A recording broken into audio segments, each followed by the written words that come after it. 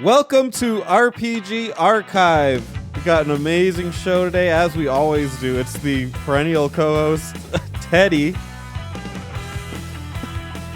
Hey guys, what's up? It's me, Majora T, Teddy Kong, here with a fellow Kong of the Dragon Quest series, Spencer, and special guest Frank, who's the goose, Slimington. Slimington. And you punned his name just as Yuji Horii would. Very nice. Yeah. Hori-san, be proud. Hori-san. You're obviously, your channel's Majora T. Make sure you go check it out. You recently played a little bit of Pokemon Arceus. How are you? Good one. The good one. How are you liking that? Well, I'm sure we'll be back to talk about it soon. Hint, hint. But I appreciate that they tried something new and fun. It does seem like it could be Breath of the Wild inspired, minus kind of like the openness because it's a little simplified. But I kind of genuinely enjoy the novelty. Is it perfect? No, it's definitely like, one of those lazier Switch games, but we'll talk about it. Yeah, absolutely. We're also on the Button Mappers. Taking a little break right now for the month of January, but we're coming full swing. If you like Pokemon, in February it'll be all Pokemon related content. So, yeah. Expect to hear more about Arceus then. Yeah. I think we're doing what, Gen 4 over there? We're up to Gen 4, yes. Woo! That is the Gen of Arceus. So. Anyway. For all things Pokemon, check out the Button Mappers. Absolutely. In February. But today is different. Today is not Pokemon. Today we're talking about Dragon Quest VI. And depending on the version you have, it's the Realms of Revelations or Realms of Reverie. Or if you're Japanese, it's probably just Dragon Quest VI. Where you are. So good for you. Pokemon's Papa. You could Godfather of the Pokemons. Yeah, absolutely. Probably because this was like the Monster Tamer inspirer, although Dragon Quest V kind of was, but right. If you want to know more about Dragon Quest V, make sure you go back and check the archive. It preceded this one, obviously, and some of the stuff will lead into it. So this is our way of completing the Zenithian trilogy. Are you excited to wrap that? The Heaven trilogy, I think it's called in Japan. You ready to wrap that up? Yeah, let me ascend. We're going to heaven, boys. Subscribe if you want to meet us there. Yeah. And girls, and non-binary. Yeah, all of you are welcome. Subscribe, and then check us out. The Discord link is below. You just join. Yeah. There's people that talk in there, and we're talking about Name That Game. Playing a little game. Name That Game. Name that game. Carrie. I knows the game, but that's okay. And we got Dragon Quest Q&A going. Yeah, if you got a question about this Dragon Quest or the last Dragon Quest or any Dragon Quest, you can just put the question in the Q&A and we'll answer it. Unless it sucks. No names. No names. Yes. Okay, are you ready to tackle Dragon Quest VI? I was born ready. You know what? I've been itching to kick this game down the can, or kick, if that's an expression. And we did it. We're here. Beat Dragon Quest VI. It's the first time for me. I've tried many times. And I'm proud to say, I saw the credits. All right. So, I mean, FYI, just a thing for the viewers. We Teddy and I believe, I don't know this for sure, but I'm pretty confident we have different opinions on this game. So expect a little more back and forth maybe than usual. Because I have a grievance list. Yeah, he actually has. A little peek behind the curtain. We do some notes beforehand, obviously, because you'll see us reading from him. And he actually literally made a grievance list. So, oh boy. Here we go. All right. Teddy, let's talk about the making of Dragon Quest. Kind of some fun stuff. We got an article from Shmuplations. Now, I took this article. Most of what I took place before the release. There was some that took place after. But I sprinkled it throughout because I thought it fit better in some of the other places. Uh, but it's an interview with Yuji Horii, who's the producer and writer. When did you start making Dragon Quest Six? And he says, after Dragon Quest V was finished, that October, we held our first meeting for Dragon Quest Six. So it was about 3 years ago exactly. So October 1992. Mm-hmm. What did you discuss in that meeting? It was a chance for everyone to share what they thought was lacking about Dragon Quest V. We also talked about our ideas for a new gameplay system. We decided at this meeting we'd bring back the job system from Dragon Quest III once again. I like that. They wanted a new system, so they brought back Dragon Quest III. What led you to that decision? Horii says, I personally felt that in Dragon Quest V, we really emphasized the drama, and as a result, the player had less freedom. I thought we should have let the player go to more locations and do more things. We had just ported Dragon Quest 1 and 2 to the Super Famicom, and for the first time in a while, I got to play Dragon Quest 2 again. I thought it was fun how many different places you have access to. That's why for Dragon Quest 6, I suggested we craft a world that, while still retaining a dramatic story, allowed a higher degree of player freedom and let you do things in the order you wanted. Dragon Quest 6, the first open world game. Actually, Dragon Quest 2, but Yeah, they talk about how difficult that would be to accomplish, but I want to talk to you about that. Do you let's before we get to our little topic here, they're basically staging it as Dragon Quest V had more focus on story and was therefore less free for the player, whereas they wanted Dragon Quest VI to not necessarily be less focused on story, but more focused on the freedom. Do you see it that? seems like a false equivocation. I don't think drama means linearity. Like, I think you could do both. I think they're just like combining two concepts. Like, it was more focused on drama than it was on exploring, which is fine. It just means that it was a game about like a dramatic storyline and linear. Like, the progression was linear, like very much like A to B. Um, that about Dragon Quest V, and I don't know anybody who does. To me, it seems like one of the most renowned and well received games for that reason. I don't like, if something's not broke, don't fix it. That's kind of where my mindset is. Yeah, I thought Dragon Quest V had plenty of freedom. I mean, once you become an adult, I mean, and I when I say adult, I mean past the child stage, really. You pretty much have as much freedom as any Dragon Quest game I've experienced. It's a little more linear, I guess, but you certainly felt like you had a lot of freedom. So I never saw that as a detriment to the game. I got lost exploring that world pretty much an equal amount as I got lost exploring Dragon Quest Six's world, and maybe even Dragon Quest IV's. Good for you. Yeah, I thought that they were about the same.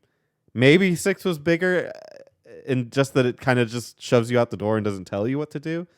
But in general, I didn't really see Dragon Quest V as being more linear. Dragon Quest V had more, or not more, but it had freedom in terms of things like your party and your customization, more so than Dragon Quest IV even. You had the monster taming mechanic. You get to pick a wife, your favorite. And I do like, there was like some interesting post game stuff, but I think overall that in terms of like the world, it really comes down to the part 2 in Dragon Quest 6. Once you kind of like get through the major hurdle, the world opens up and it keeps opening up, and you're suddenly able to explore by, flying the magic carpet or diving underwater. That's a whole new concept. And then even the multiple worlds, the parallel world system, it does it. I think it's overwhelming, to be honest. I don't think it's I think it's a unique thing to Dragon Quest Six. It's a novelty, but it's just there's so much that, like, without the proper guidance, it's so easy to just get so lost. Mm-hmm. Well, I guess You know what? I think that for a time and place, that's great. I think for like the 1995 Japanese audience on a Super Famicom, they would love that. Just getting lost for a year and just playing this game for a year. It was a huge game. It's one of the biggest games on the Super Famicom for the time. And for that audience, that's great. In the States, we got it in 2010 That's true. on the DS. So, take for that what you will. Yeah. So I guess I'll ask this. We kind of touched on it, but let's explore it a little bit. What do you prefer in an RPG? Do you, and not to say, and we kind of countered it anyway, but do you prefer more linear story based path, or do you prefer the freedom exploration path? It's really hard to say. I just prefer either one is done really well. Hmm. I think that there are a number of good secrets in Dragon Quest VI exploration system. I just think that a lot of it is hinged on you knowing or being able to figure out where you're supposed to go. And it's almost impossible. I was not able to play this game without a guide. I wasn't even able to get to the point in terms of linearity where you're supposed to have that open world experience. So like Dragon Quest VI is the monkey wrench. I can't necessarily say I prefer one or the other. I don't know if like the straightforward A to B experience is preferable to me. I like Ocarina of Time. That game's almost as straightforward as it gets, although you can kind of adjust which dungeons you go to and how much time you spend on Hyrule Field. But overall, it's still pretty linear. So like I don't know. I like elements of both. Yeah, What about you? Yeah. it's hard for me to say which one I prefer, but I think with Dragon Quest I prefer more freedom. Because the stories have never really, the stories I like from Dragon Quest are usually just like the town stories, like going from town to town and like the little fable myth style that each of them have. So the encompassing story has never usually drawn me in. So I think I do prefer with Dragon Quest more of a freedom based thing where you go to the different towns and aren't even necessarily told which town to go to, and you just experience what that story is and then move on. I think Do I you would not prefer get that. that with a linear system in a Dragon Quest game? You do, but I don't necessarily. I'm not really there for the story that's presented in that linear fashion. You're I not there for those fables, those like town fables? No, I am, but that's what I like more. So the story, the overarching story itself, has never been my main driver. But what if those town fables are presented in a linear fashion? To me, it's like Dragon Quest IV is very much that. It's chapters. It's organized completely by chapters, and every like town and area has like part of that contributing saga. And I think Dragon Quest IV is maybe one of the most underrated in the series. Could be. Um, You prefer that you can just go into any town at any time and like, or not any time, but like, at some point you have a freedom to just pick your town and then you just kind of, you don't feel like you have to be in one specific place at that time. well, that's the beauty of great game design, which I think Dragon Quest usually has, is that it gives you the impression that you can go anywhere, but is actually you kind of do have to go in at least a certain order.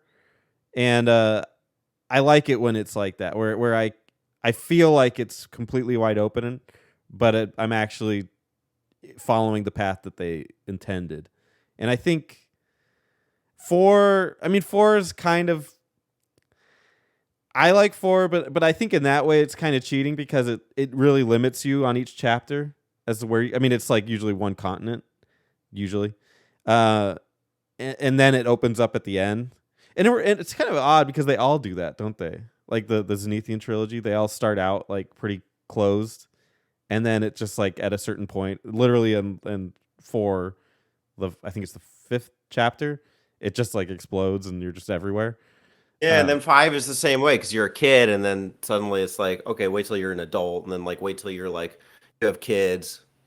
yeah, and then It's six, always the flying yeah, carpet, you know? It's like once you get that item that lets you go across a whole map, that's when it's like yeah. that's when it becomes open. It's almost deceptive to say that like the previous games weren't like that. Right, right. I don't think they were completely linear, and that's one thing I like about Dragon Quest is that it's never besides the first one, which is mostly just due to limitation. They've all been pretty much exploration based. Mm. That's what I enjoy about them. I don't know that any are so linear. When I think of like a linear game, I'm thinking like I don't even think Zelda is linear necessarily, even though it kind of is, like you said. But it gives you at least the impression that the world is wide open for you to explore. Like, I think of like The Last of Us or like these more like really like corridor based adventure games where you're really just pushed down a line, which I don't hate, but that's the counter to me to like a Dragon Quest style, or maybe like a Final Fantasy is usually a little more linear as well. But Mm. because I'm thinking like one of my favorite games is Chrono Trigger. That game is pretty fucking linear, except for like the Mhm. end where you have like multi quests to do. But that's a little different. Mm. All right, Heartbeat Studios. This company comes out of nowhere. Heartbeat. They Ba-bum. they appear to be around from 1992 to 2002. It's kind of unclear. They're it's interesting. So they developed Dragon Quest 6. They do 7. They do a remake of 4 on the PS1 that just doesn't get released. Mhm. They helped on the Dragon Quest 3 remake. I'm unclear exactly how much they helped with the Dragon Quest 3 remake. I think that's on the Super Famicom. Super Famicom. It's not the new one coming out. Yeah. Uh, it's unclear exactly what they do with that, but apparently they had their hands in that. Uh, the plans were to localize the remake 4 in North America and were halted when the employees of Heartbeat decided to take a sabbatical in January of 2002. The company stated its reason was the raise of development costs, despite the massive financial success of its games. That's crazy. Uh, Like even then. I think we should probably just point out too that Heartbeat kind of replaced Chunsoft in this era. Chunsoft had developed Dragon Quest V on the Super Famicom. I'm not sure about the ones prior, who the developer was, if it was Enix or also Chunsoft. But yeah, it's kind of like a interesting like era, a period in time. They made some of maybe the most obscure Dragon Quest games. 6 and 7. Yeah. Well, I mean, it's worth noting too that it's still Hori's direction. He's still in charge of all that. I think they're just the guys that build it. Mm. Um, but yeah, I mean, 4 could have been really big if they actually released it because the landscape of RPGs was so different from when 4 originally released on the NES versus post Final Fantasy 7 on the PS1. Hmm. It's really a shame that didn't get released. I'm not exactly. I mean, obviously it says the raise of development costs. Oh, I yeah. I guess, but that Yeah, sucks. dude. Dragon Quest 7 was a huge seller, I feel like. No? I actually Pull have those the numbers up. figures for you Yeah. on that because I wanted to compare. Was not a huge seller in America. Damn. Take that back. In Japan, though, it was huge. In Japan, it was the Yeah. biggest selling Dragon Quest ever at the time. Well, you can play the Dragon Quest 4 Japanese version on PlayStation 1. I Yay! feel like Brian did that. Yeah. Well, that would be cool. Who knows? I think that the interesting thing though is like the Final Fantasy remakes on PS1. How many of them are there? Like almost all of them. And we can't even get one measly Dragon Quest 4 remake because Yeah. of development costs. It's a shame too, but it could be a timing issue because I mean, if you just look at the time of that 2002, like PS2 was out, people have moved on. Maybe that's part of it too. Is like they calculated the ROI. They only got Mm, they only got looks like 200,000 sales on Dragon Quest 7 in America, and damn. that came out what 2000 2001. Yeah, 2001. So I guess calculating that out, they're like, yeah, it's not worth it. It's hard to say. I mean, it's never been apparent that like Dragon Quest has been a huge overseas phenomenon. Even with Dragon Quest 8, I don't. It's not a million seller. I don't think it's until you get to Dragon Quest 11 that you see that, and even those numbers are not clear. Right. Oh, Dragon Quest 9 wasn't that like I forget. We just did that. Yeah. I don't even think that one was a million seller. Not in the States. Probably not. um, but that was basically the end of them. Unfortunately, that was they went. They took a sabbatical and never came back. um, but some of the people went on to form a company called Genius Sonority, which is a very strange name. I thought you misread it. I thought it was Genius Sorority. I know. I was like, is this supposed to be a different word, like seniority or sorority? But no, that's I would it. love a Genius Sorority. Yeah, That makes Dragon Quest games. we're playing chess, chess. Girls' night, chess, hey. um,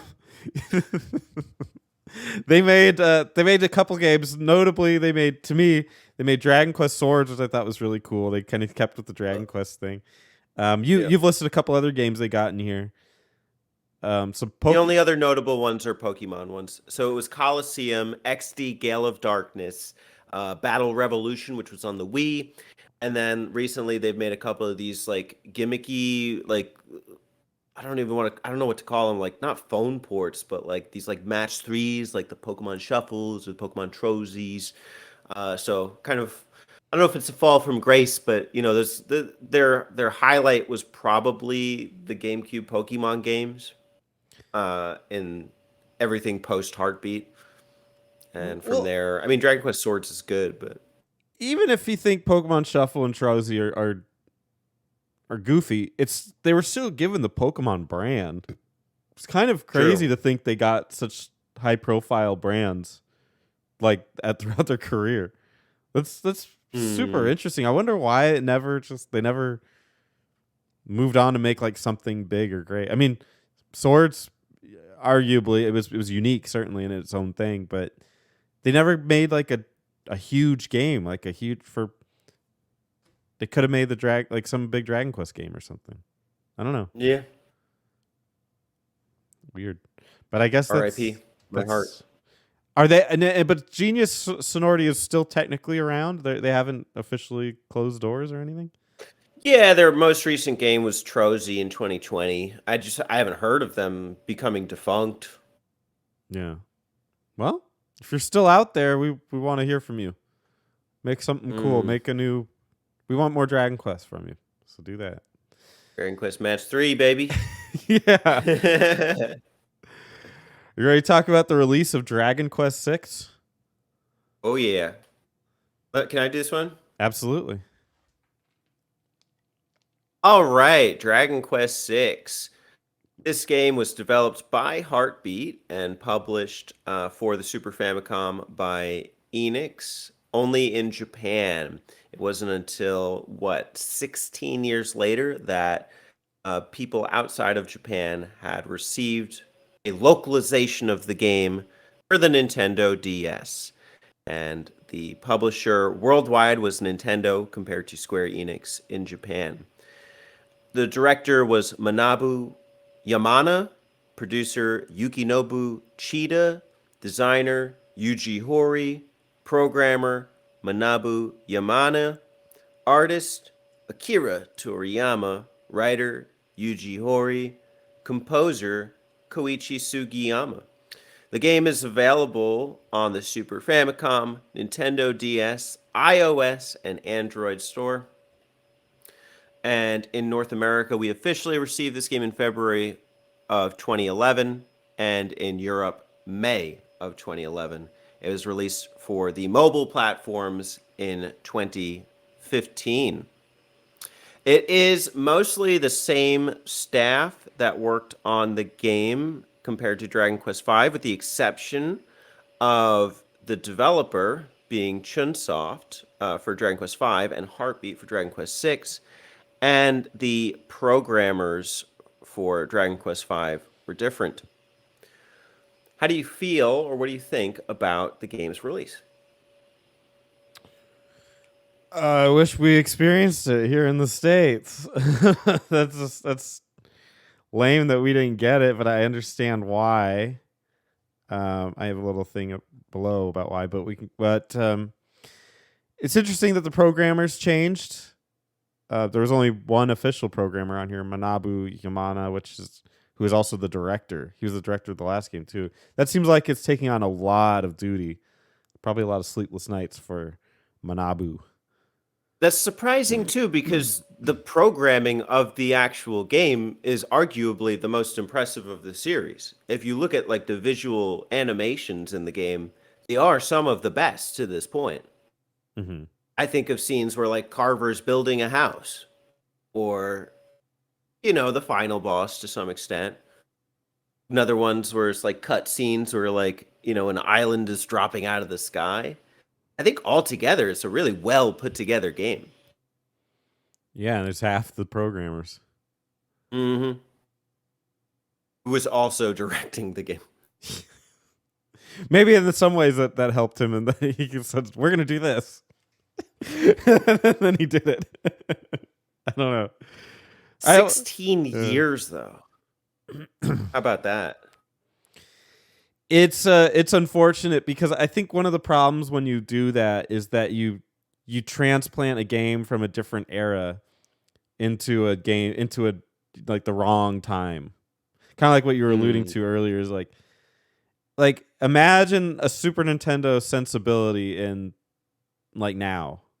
It just doesn't it doesn't really work on a large scale. It's going to work for some people. Like you can market it. You'd almost have to market it like a retro game, which I don't even think they're really doing at the time. But nowadays you can market it and be like, it's like a 16-bit retro experience back in the old days. I don't even think they market it that way. I'm pretty sure they're just like, it's Dragon Quest 6, and everyone's like, eh? It's unfortunate. I'm sure it reflected in the sales. 2011. I mean, I wasn't even paying attention to games at that point. No, me neither. Yeah, it's too bad. And well, look like in America, we got Dragon Quest V 2 years prior to that. They didn't even really stack the releases that well either. No, because we got Dragon Quest 9 before we got 6. Yeah, it's like, why were we going backwards? I feel like 9 caused more waves here than 6. And 6 is so weird because of its placement in the trilogy. I feel like there's an implied you should play 4 and 5 before you play 6. Yeah. So which doesn't show in the numbers because actually this game has better sales than Dragon Quest V on the DS in the States. Interesting. Maybe Dragon Quest 9 people took notice more. Like, oh, it's another version, another Dragon Quest from 16 years ago. But it's another Dragon Quest. Well, Dragon Quest 9 is unique because it was programmed for the DS specifically. Right.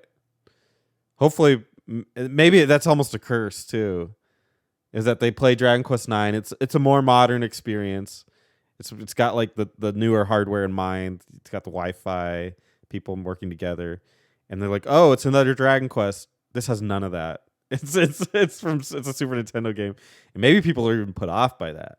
Just like, wow, this is not what I expected. I don't know though, because I still feel like Earthbound was like that like unique Super Nintendo experience that was like untouchable. So I still feel like even in the 2010s, there's like a untapped nostalgia for SNES RPGs. But it's almost like they're items of myth or rarity. And even something like this is just not pushed well enough. It's super like true gamer, I guess. I don't know what to say, but like retro gamer to like put on all the facts to even be aware of it. Like it's crazy. Trying to put myself back in that time frame. It's hard, I just yeah. think of myself as like a poor college kid, like buying games. I couldn't even do that. It's just talking about them. In my mind, I would never be able to play Earthbound because it was like a $200 cartridge. Right. Yeah, I've never really legit played that game. I think I did once on like the 3DS. Like it was one of the classic options. Yeah. That's about the only way I played it in like a legit way that wasn't stolen. Mm-hmm. Yeah. I don't know. Yeah, it's weird to transplant your sensibilities. Then it's hard to say, but I don't think the Hey, retro thing had kicked off yet. give me Call of Duty 2, 2023, baby. That's true. No, I don't want that. I don't want to play Call of Duty 2. Regarding the sales, despite the very high price, it basically Dragon Quest Six was $127 in American. It launched with almost $1.3 million sales, and sold 2.5 million in December alone. Wow. It went on to sell 3.2 million copies in Japan, resulting in it becoming the best-selling game of 1995. I'm guessing in Japan. Yes, yes. Okay. In 2010, Dragon Quest VI for the Nintendo DS sold almost 1 million copies in Japan in its first week. The game sold over 1.2 million copies by March 2010. Oh.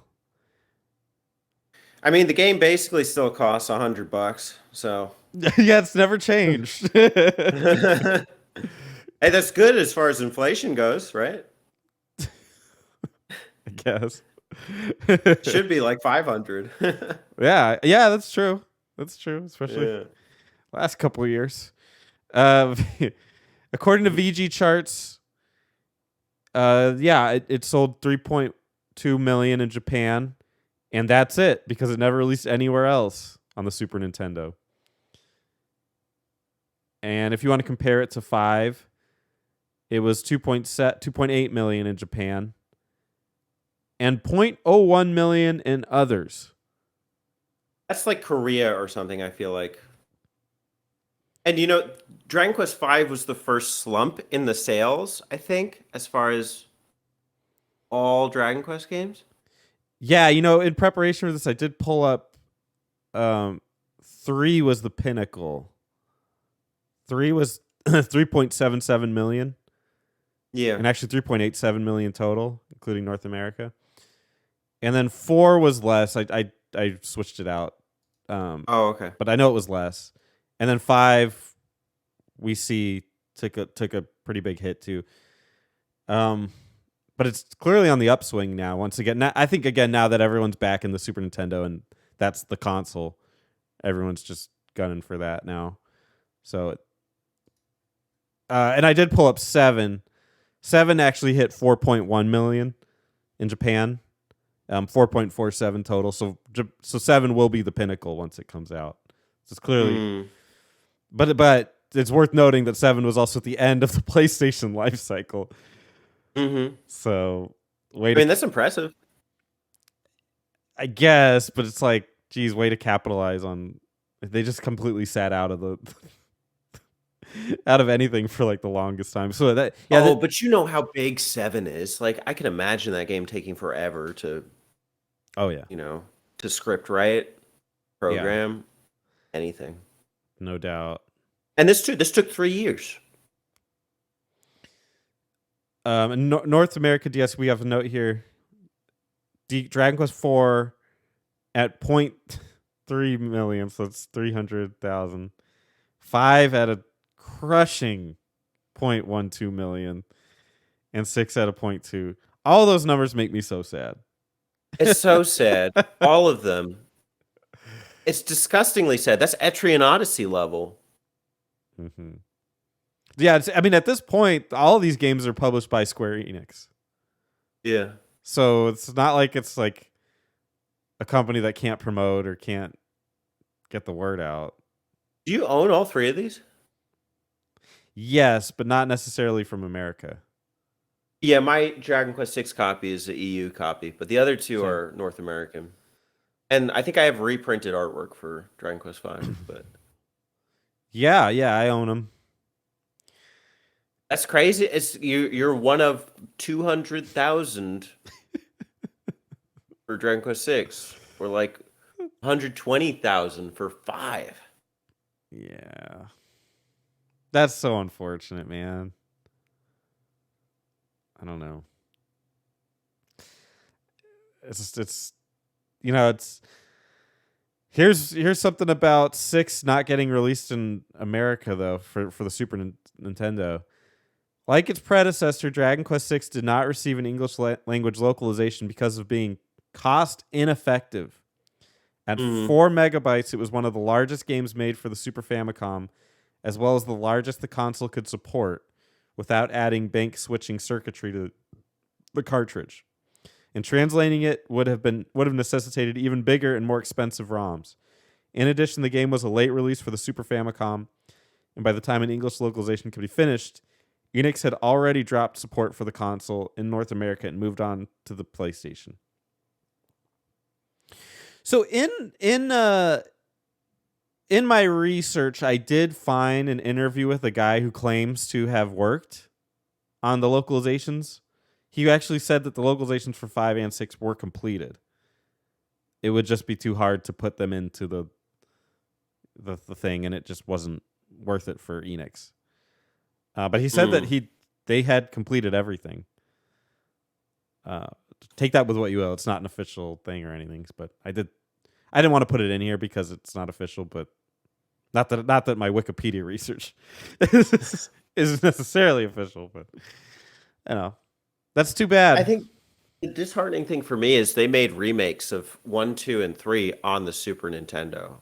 How hard would it have been to localize those games when the script was already there for the NES versions? When it comes to this, I'm a little more empathetic. End of the Super Famicom life cycle, historically abysmal sales. I don't know. It's just we weren't the market in 1995, Hmm. were we? No,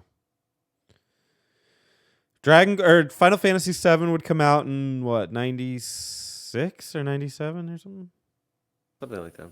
98 maybe? and I think then would have been the best time to capitalize. Clearly missed the boat. Enix missed the boat entirely on that. Yeah, the best time to capitalize on RPGs in North America probably would have been within the year or two, either leading up to or after Final Fantasy VII. And they Yeah. would have had to be like those kind of bigger polygon-based RPGs. Chrono Cross had decent sales. Hmm. Um, so as far as the original goes, I don't know. It was doom and gloom from the start. I think the best time to release it is honestly like now, you know? And another thing too, we can come back to this later, but I don't think these games are really made to be played on the DS. Oh no. No, no. Long stretches of travel, um, long bouts of being in dungeons where you don't necessarily know where to go. Yeah, they're designed for a console experience of you sitting in front of your TV. Um, I 100% agree. None of these games really were designed like when you look at Dragon Quest 9, you can see that they're pretty easy to digest little dungeons that you can slip through. The actual dungeons themselves are pretty quick in those games. In this game, and if I remember 5 correctly, it's been a minute, but man, some of these dungeons are tough and unforgiving, and they don't really facilitate you popping in on for 15 minutes and popping off. I do think they're easier than the original Erdrick trilogy, though. Those to me seem like really long dungeons. These ones, honestly, I mean, there are a couple floors, but um, I don't know. I didn't have the same issues. And with the DS, you can clamp it shut, so there's that. You can also use evac to get out of dungeons. But I think my thing is like these were originally console experiences, and you just put them on a smaller screen with map support. And honestly, I mean, like the dual frame thing, like where you see the action on top screen, and I can't even remember what's on bottom screen now during combat. Oh, but it's like when you're doing the overworld exploration, or like even in a cave or something, the bar of the DS cuts the view in half.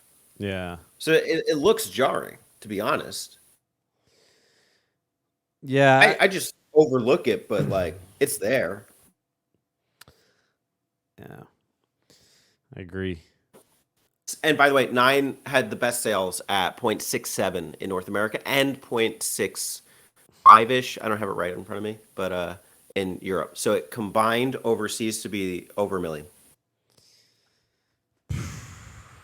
I'm just gonna really quickly check on Dragon Quest 8.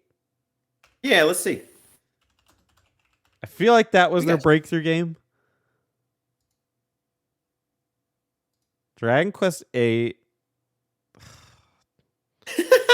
Oh, I just had to read your face to see it all. Well, positive on a broad scale, it sold the most at that up to that point, so that's good. Yeah, yeah. Japan, it was 3.61 million. North America, 0.65 million. Couldn't break the 1 million. And it was packaged with the Final Fantasy 12 demo. 0.75 million in Europe. So Europe actually bought it more than we did. Hmm. Yeah, Angus. Like their war syndrome. Man, it just never picked up. No. No, it's not till 11, I feel like, that it's like it became the hot commodity. Arguably on the 3DS, but I don't even think you don't have those numbers for 8 on 3. They were still those kind of like jewels of the collection.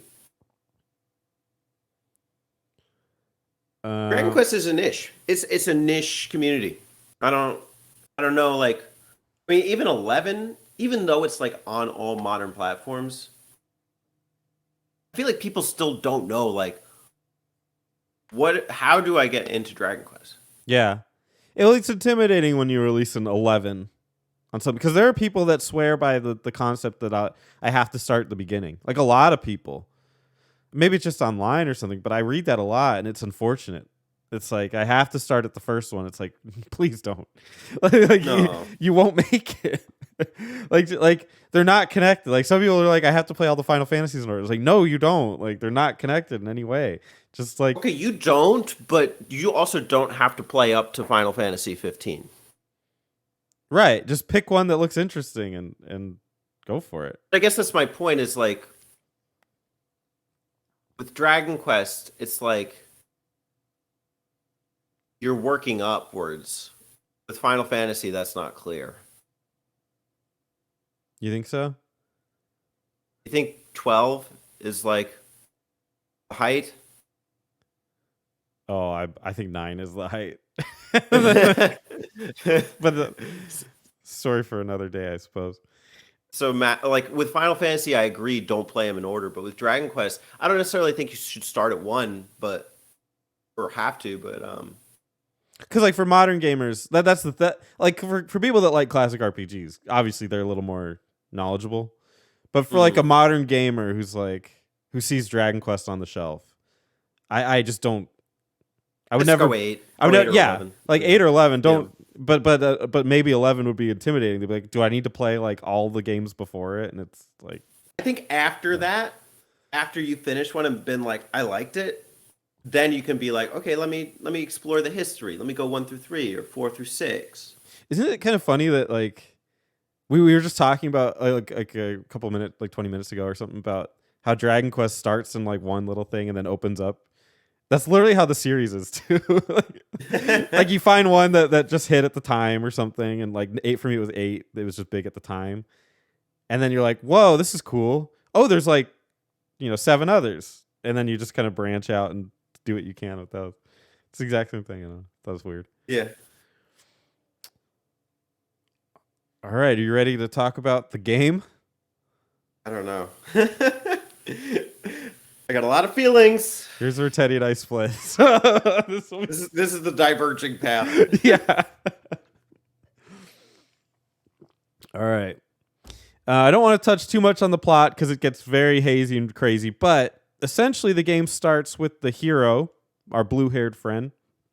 Can we just change the name of the game to Hazy and Crazy? Dragon Hazy, Quest 6 Hazy and Crazy. hazy and crazy, baby. Yeah, it should be. So it starts like what they call media res, which is kind of different for a Dragon Quest game. I mean, well, in a way, I guess, but it starts out where you're with two people you don't really know, and you're invading a castle owned by Murdaugh, and you have no idea what's going on, and you choose to fight him, and it doesn't really go well for your party. You don't really understand what's going on, but you all get like stuck, like phased. Well, how would you put it? Like stunned or trapped or whatever you want to call it. And you wake up on Weaver's Peak. And this is basically how most Dragon Quests start. Is you're in like a small town, but this one you have the context that there's something bigger already happening. So I find that pretty interesting. I will say that the intro to this game put me off to this game as opposed to other Dragon Quests. I didn't really like how it started, and I tried this a couple times beforehand. Actually, interesting. I actually played this Dragon Quest back in like 2006, 2005. I think I didn't know it at the time, but I played a translated version of the Super Nintendo game. And I played a ROM of it when I was going through ROMs, and I was like, Dragon Quest 6, I think I've heard of Dragon Quest before. I'll put this in. And it started me in that place, and I immediately stopped playing. I said, I don't know what's going on, so I'm just going to stop playing. So that's an interesting little bit of trivia about this game. I go back a long way with it of completely ignoring it. So you go on your adventures in Weaver's Peak, do some things, and discover that you're actually in a dream world. And there's a world below that's the real world. And the whole point of the game is the constant back and forth between these two worlds. And that's kind of how it goes from there on. And that's how they kind of tell the stories between the towns and your characters. How do you yeah. Yeah. No, what was your question? Go ahead. Well, no, I was just gonna be, what do you think of this method of storytelling? Man, this is the start of the inconsistencies. I just don't like it. I mean, okay, there are elements of like comedy that I really like here.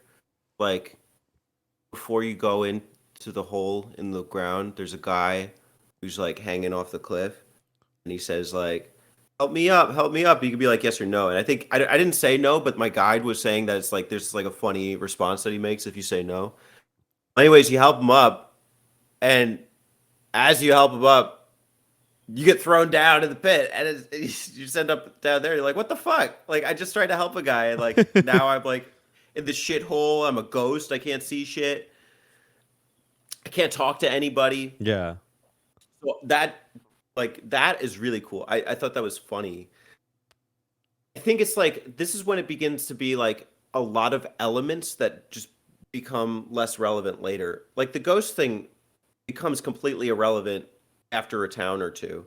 You're no longer a ghost. You can manifest your physical form, and at that point, that's when I'm like scratching my head, like what, I needed an item to be a real person here or something, and then like it's never really conversational again for the rest of the game.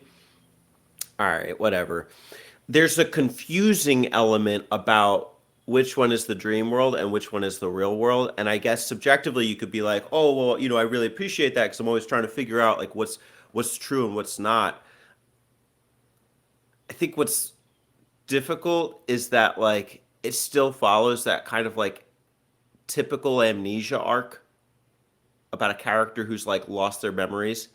And it's like, okay, well I got the memories, but like is this it or is this real? And the point of it is that like I don't want to be scratching my head as I'm playing this. I just want to appreciate who Carver is Mm-hmm. or who my hero is. and it's just always like this, like, wait, this happened? No, this happened. Oh, this is it. Oh, this is it. Who's Millie? She has a brother. What? Ashlyn? What? That's where I'm at when I'm like, Yeah, to me it has the Chrono Cross syndrome, where it's two worlds, but they're not really differentiated to a point that makes it easy to understand which one you're in at the present time. Because it's really, I mean, it's really easy to know if like you just traveled there and you're like flying over the map and you can see like the holes in the ground, you can see that stuff. That makes it easier. But when you're like 2 hours into a dungeon and they like present a story thing to you, you're not necessarily conscious of which world you're in. So the story is like, oh shit, is this the real world or the dream world? I can't really remember because I've really been focusing on grinding or whatever. So I can't really remember which one I'm in. So I can't remember if this story they're trying to tell me is a reflection of the real world or is the actual real world, and it's like it gets a little bit hazy and crazy as we said. Um so I totally get that. If they had some way to make it, and unfortunately, like it was done on the hardware of Super Nintendo, and what we played was just the recreation of that essentially.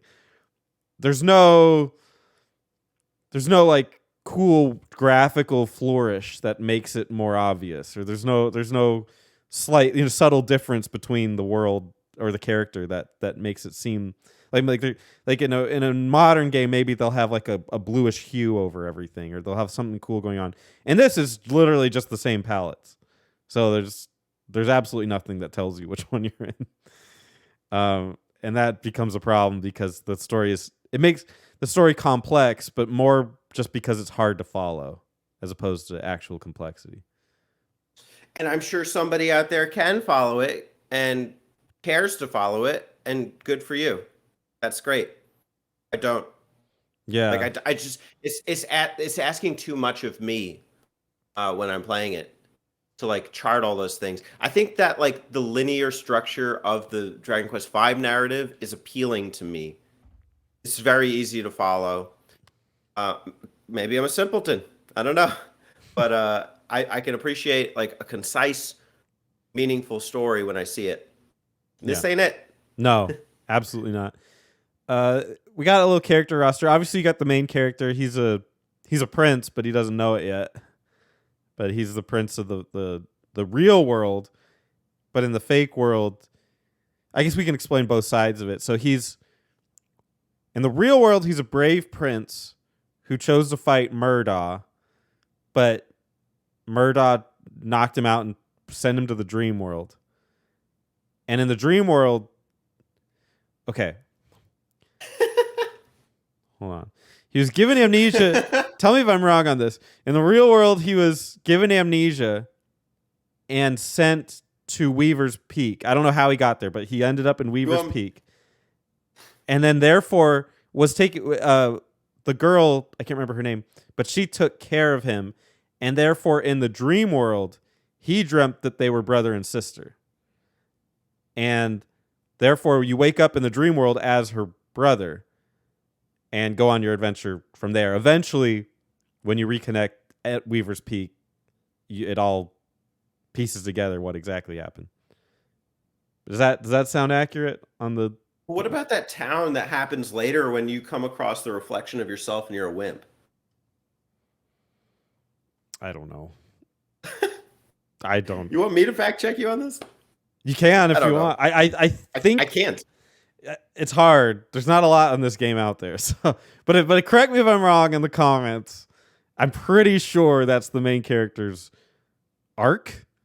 This is what I maybe am getting lost at. When you interact with those other versions of your characters, like the first time you see Carver, and then like he reassembles with himself, or you get some of the other ones, the other versions of yourselves that you see.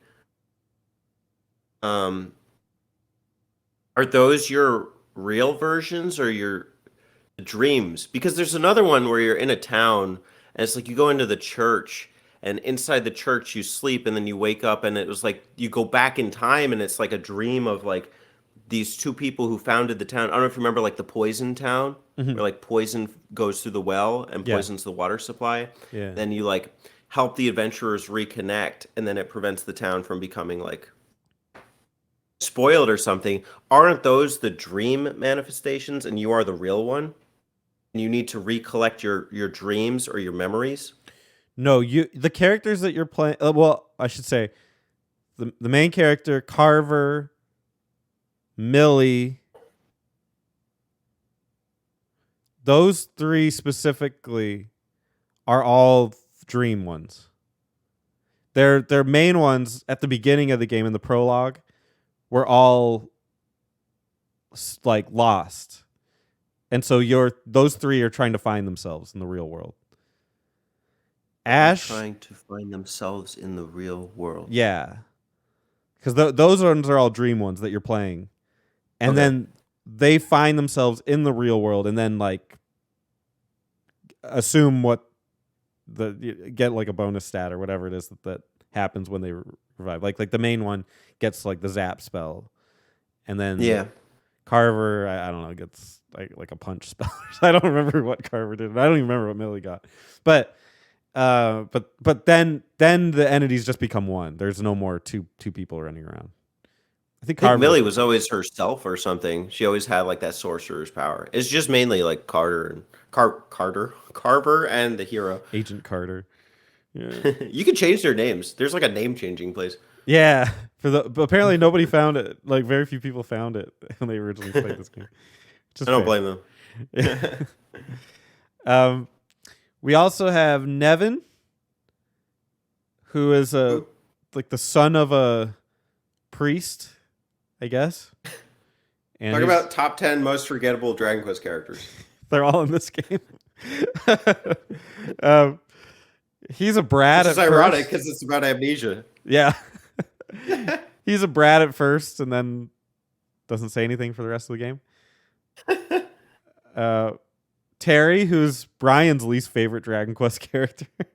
Wow, Brian. Yeah, he has Terry love. He actually does not like actively hates Terry, which is interesting. Because Terry's mean. I guess. I can understand that, yeah. And then Ashlyn, who is the lineage princess or something of Sorceria, and is destined to become the next great sorceress. You have to keep her in your party because she gets magic burst. Yes, and this being my second playthrough, I was smart enough to do that. Because in my first playthrough, I completely ignored her. The game like almost wants you to completely ignore her, because in the fight against Murdaugh, the real fight, she steps out, and you gain a lot of experience in that section, but Nevin has to take her place. And it's like, okay, well, my two strong spellcasters are Millie and Nevin. But I knew, this being my second playthrough, I knew that Ashlyn was a big part of the story and Nevin was not. So I swapped them out, and it really hurt me for like a good 5 hours of gameplay until I leveled her up. That being said, Ashlyn does have the most MP by far, so good for her. But yeah, there's some weird stuff going on with the characters. I'm not sure if the pacing on those is up to snuff. But is what it is. What do you think of this party of ragtag adventurers?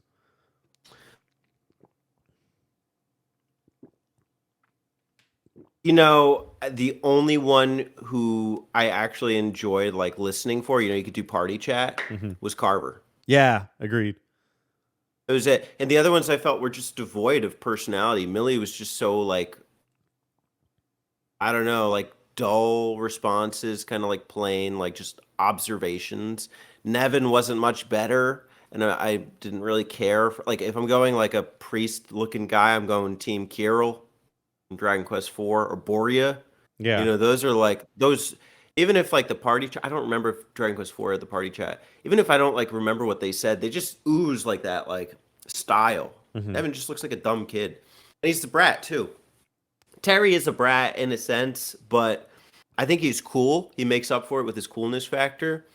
Uh, and but you don't get him till like the last 10% of the game. Right. So missed opportunity, but uh he does come like pretty leveled up, so he's still pretty cool. Um Ashlyn has no personality. She actually does. She's just amnesic, and you meet her at the front of a tower because she doesn't know where she's going, and then you just recruit her, and then apparently she's the grand sorceress. And I never attributed anything to her. It's just Yeah. sad. Yeah, it's unfortunate because she's a main character, like a major character, but it never. The game isn't really about, like, doesn't really do a great job of telling story, so it doesn't really resonate. It's like, oh, she's the grand sorceress of this thing. It's like, oh, could have fooled me. I didn't know. I think we both missed a character, didn't we? Oh, Amos. so this game has a ton of optional characters, and that one, I think that's coming up. That's the next Oh, is little that? Oh, box okay. you got here. Oh, yeah, I it could be is. wrong, but the You're right. Yuji Hoari's alluding to some big dialogue choice that you have to make in the game. I'm pretty sure it has to do with optional character Amos in a town where there's like a. It's so cool, the story, like the little fable. He turns into a dragon in the middle of the night and nobody tells him. And you can fight him, but then he just comes back the next night.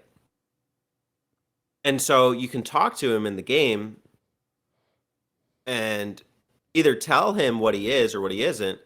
It's like, do you want to tell him the truth? Do you really want to tell him the truth? And it's like, yeah, yeah. What? Let's be honest. Oh, well, that sucks. I'm gonna run away. And you never get him in your party because you told him you did the right thing. Yeah. But I guess the right thing is not to tell him, and because it's too horrifying or something.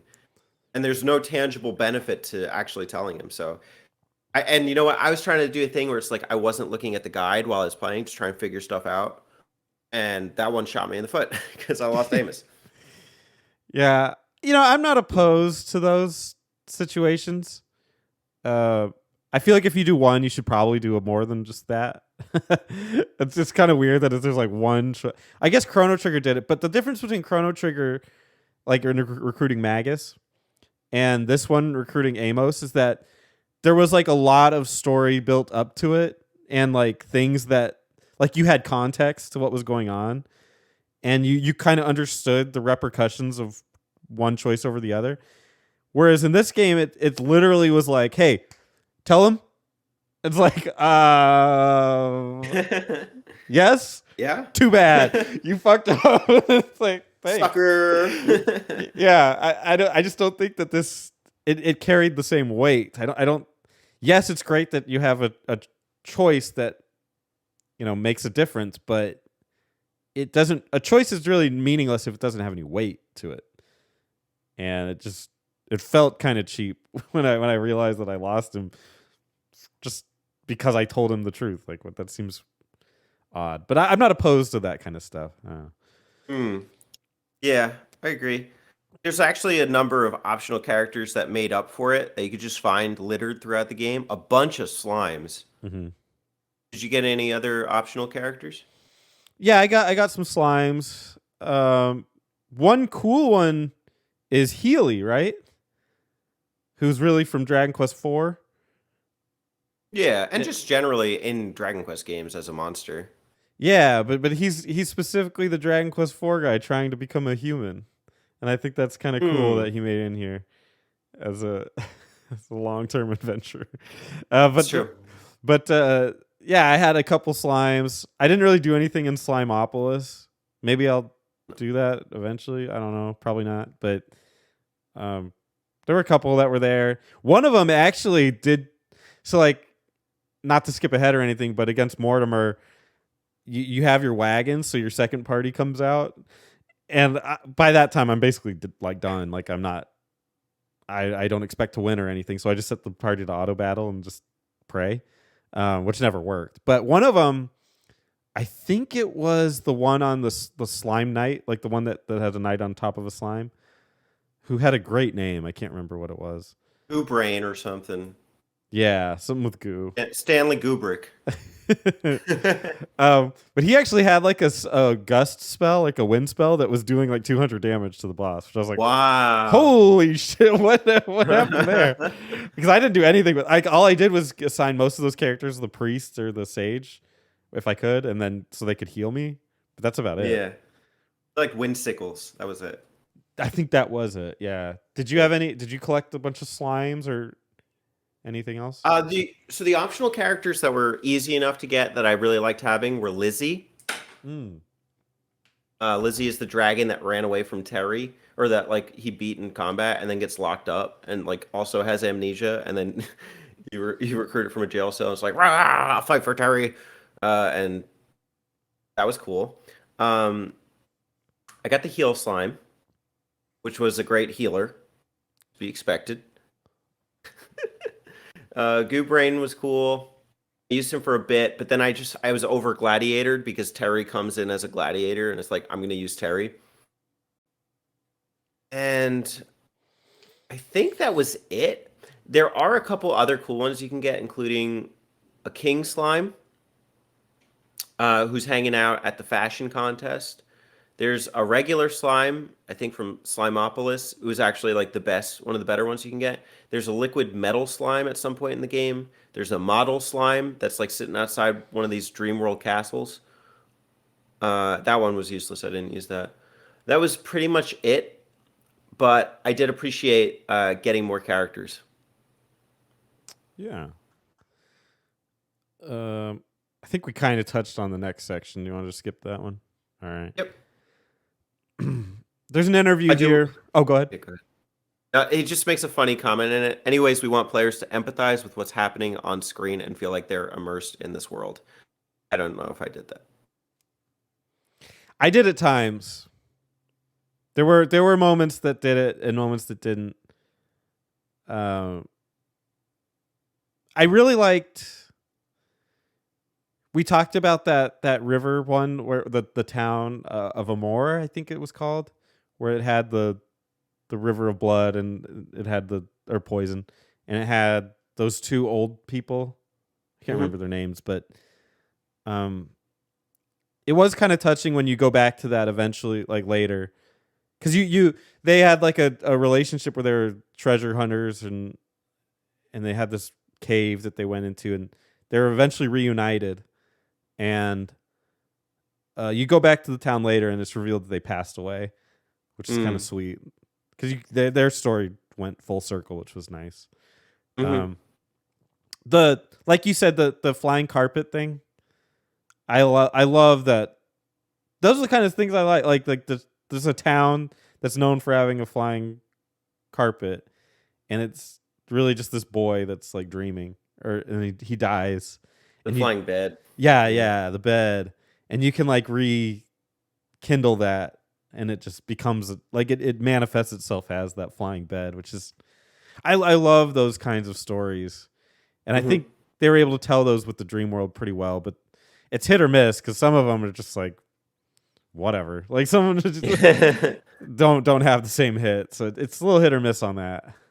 Yeah. Okay. Hori says in an interview, they said, in what other ways has Dragon Quest VI become a harder game? The bosses are noticeably stronger. Yes, they are. At first, we gave the enemies about the same strength as the ones in Dragon Quest V. However, Dragon Quest VI has over 150 special moves, and enemies were dying right away whenever a player used a skill like, I'm not even going to try. I can do these. It's Seiken Zuki, which I think is multi-fist. Okay, that makes sense. It's the knuckle sandwich or something. And Mawashi Geri, which is the roundhouse kick. Wow, good job. We'd gone to the trouble to create all these nice battle animations, but they were dying before the animations could even complete. I knew this wasn't going to fly, so I changed the monster stats. In 6, players have some control over which skills their characters have by leveling them up. So if the bosses went down without a fight, that would make all the grinding and work you did seem pointless.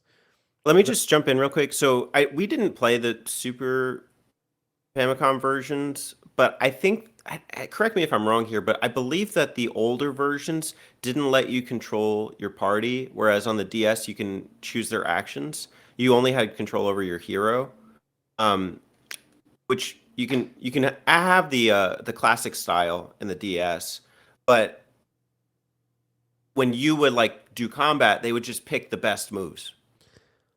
I don't know about that because there is a note about AI in here. Like I think that was the case for 5, right? Maybe where you 4, didn't where you didn't have pick their control. actions. Yeah, I don't know. I know that in the original ones, like on the NES, because there was a character Carol would always cast Oh whack, yeah, and like it didn't work, yeah, right? So I know for 4 that one's a fact. I don't know going forward because we didn't play the Japanese versions of the game, and yeah. the translated patches may have adjusted that. That's true. That's very true. Did you find the bosses more difficult in this game than usual? I mean, you know what? The Dragon Quest IV bosses were hard, and you know what? I remember a Dragon Quest V boss is like this big monster. Do you remember that comes up on a town? I Yeah. can't remember his name, but he's in the movie. Um, Don't remind me. favorite. That one was hard as shit. Uh,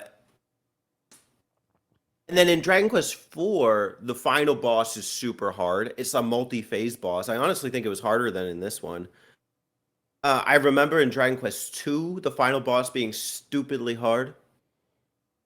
And so these ones That I felt were like reasonable. I thought this one had some pretty tough boss. One the most unfair one I thought was probably um the one that where it's like a floating island and it took you to Isle of Smiles. Yeah, Isle of I remember Smiles. that one too. It's like Jamiroquai or something. Yeah, it is. That's exactly what I was thinking of when I saw it. Um, it seems a little unfair, that boss. Granted, I think they wanted to give it the same feel as like what Murdaugh was. Like he was supposed to be like a presiding demon guy, although he didn't have nearly the same buildup. But yeah, it was just like out of nowhere, this very, very hard boss that like didn't really scale with the game and made me have to go grind, not only for levels, but more so for profession. Just to try to compete with that guy. And man, he was hard. I remember just trying to beat him. I got like several characters past their job into a new job, trying to keep up with that guy. Mhm. Um, I don't know. The pacing seemed off on him. He just seemed very, very hard for that part of the game. But I mean, once you get over him, is there was also a couple gatekeeper bosses. They're underwater, and they were guarding like treasure on two different sides. And I just remember them being like they looked like regular enemies, but they would tear your ass apart in like one move. Those were oddly difficult, but yeah, I just thought I think something happened here where the pacing is slightly off on these bosses because some of them seemed a little Yeah. overpowered. Just because I honestly don't remember any like in-game natural combat being that difficult. Mm-mm. It's just the scaling for the bosses was wrong. But it makes sense because with the class system, the level up system, you can adjust for it. So I understand why they did that. Um, I don't think it's a fix all though. Mm-hmm. But maybe it's just the best they had with the tools they had. The final boss is tough, but they're all it about like you said. I think it falls in line with most of the Dragon Quest final bosses. It's pretty much the same. There was one of those final bosses. I can't remember if it was. I think it was in Dragon Quest 3, where you have to fight like a series of 3 bosses or something. Yeah, I remember that. It's like a And gauntlet. I don't think Zoma was that hard, but I think like the two on the bridge leading up to him were like getting through to Zoma up to that point was really hard. I don't know if it was 3 or not. It That was was three. hard. Three had the gauntlet for sure. Okay. Dragon Quest 4, that one was insane to me because he just keeps forming his body. Wasn't that like a seven form boss or something? It was a lot. Maybe. It just It kept yeah, was. it just kept going. It's like really Yeah, more? and then it's similar in the post game, I think, for that boss. Anyways, that one was nuts to me. This one, it's like, I mean, you can bring the wagon in. You can have like 8 characters, and you can change your classes as you need. I had a bunch of like I had stacked for HP mostly. Because MP was unnecessary, but uh, I don't know how much you want me to talk about classes. We can wait on that. Okay, we'll talk about that in a second. Um, he also mentions here the story of Dragon Quest Six as part of the Heaven series. Hori says, "Yeah, there's seemingly no connection in the beginning, but eventually Zenithia makes an appearance. Like the trilogy of 1 through 3, 6 is perfectly connected to 4 and 5." Oh, What? Is it? no. I didn't really sense that. There is a castle, a Zenithian castle that drops down at one point in the game. All right. The legendary equipment is just legendary equipment. It's not necessarily connected. There is a character whose name is Erdrick, who is a farmer who appears in a prison and then leads the rebellion. But that's not the Zenithian trilogy. No. And that's about all the connections I drew.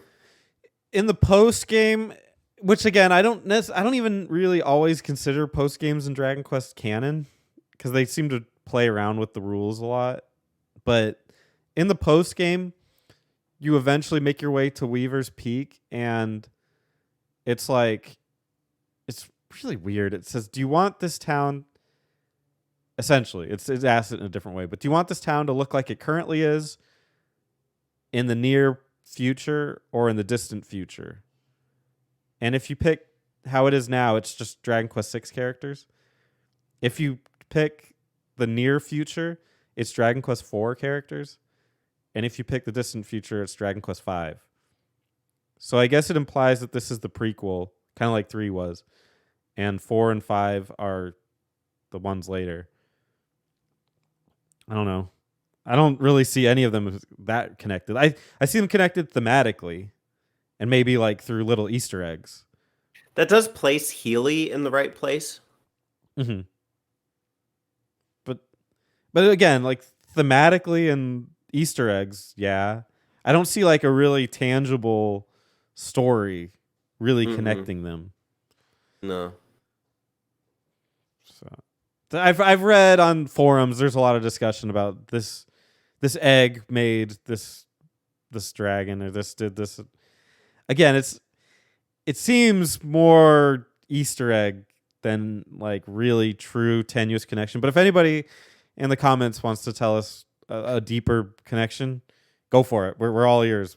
It didn't really, I guess it didn't really click for either of us that there's a real connection here. Actually, Nevin is the son of. No, I don't. I can't. I tried. Alina and Carver. So I don't know. Nope. Hell yeah. No connection. All right, let's talk about the gameplay. This is the real meat of Dragon Quest VI. In the same interview, is the story itself more difficult to play through then? Hori says yes, because one of the themes of Dragon Quest VI is discovery. We want you to find things out on your own. In a sense, we merely prepared a big world. What the player discovers there is up to them. Up to Dharma Temple, the rules are laid out clearly for the player, but beyond that point, there's no rules. You're completely free. You could say that's where Dragon Quest VI really begins. I want to ask you about the sort of 2-act structure here of a regular game, and then they completely open up. Was that jarring to you? It was jarring not being able to get up to that point. So I've played this game 3 times now, maybe 4, and the previous 2 or 3 that I've played it, I got up to maybe there's like a tower where I think it's the tower where you get the Mirror of Ra or something. Everything up to that point had been mostly straightforward, but it was just so damn cryptic. There's a couple towns where you have to like talk to everyone in the town or like 5 people in the town or one person more than once. And then, that's already kind of rough as far as natural exploration goes. It just, it stagnates your discovery. But in this tower, there's a mirror where you have to look at the reflection of yourself and then determine that it's actually a monster. I don't know how you're supposed to know to go up to that and just examine it in order to get through this main tower that you have to get through to get to the Isle of Murdaugh. And I think I was really put off by that,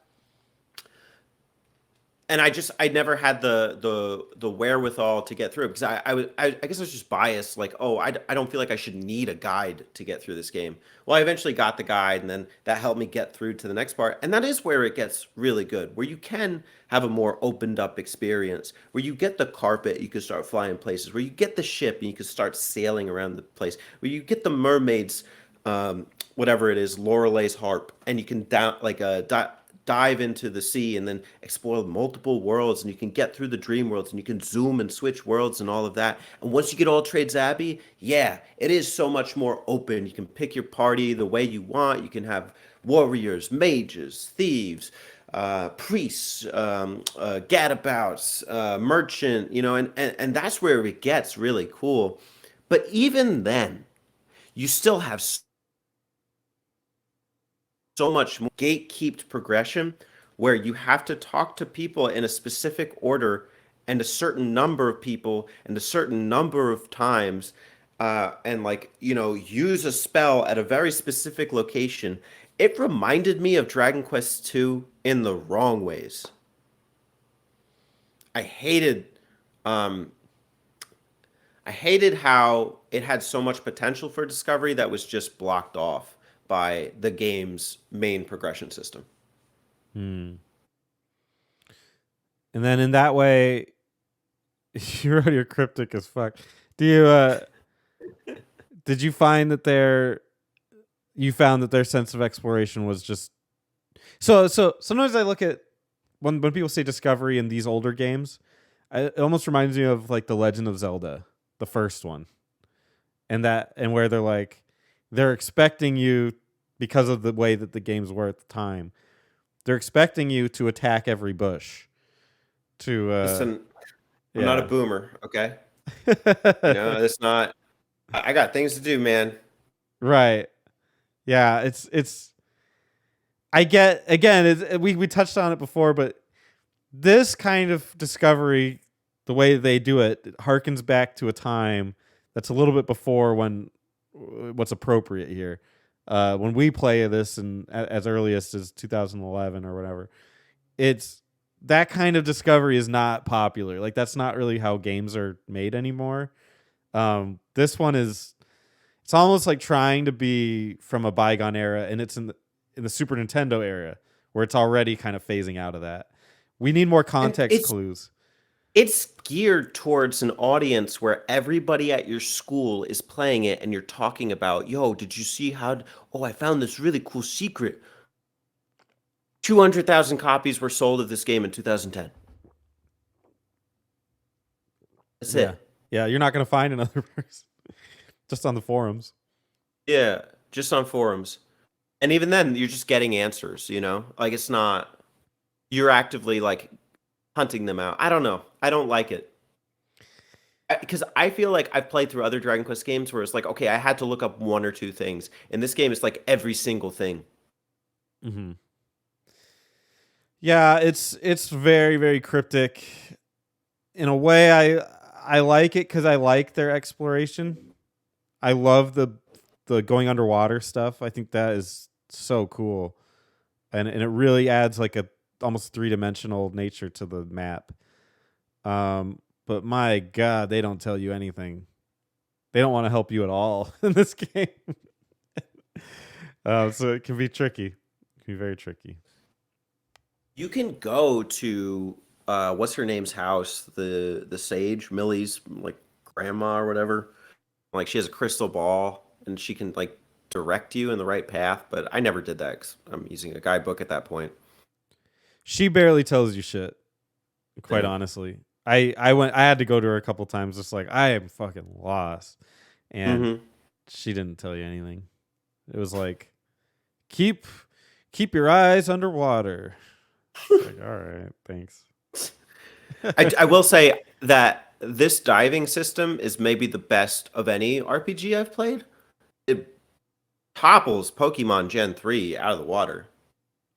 Yeah, I remember. Didn't we talk about that? Like, didn't I mention like a little comment about that when we were doing Gen 3? Maybe, I don't remember. What'd you say?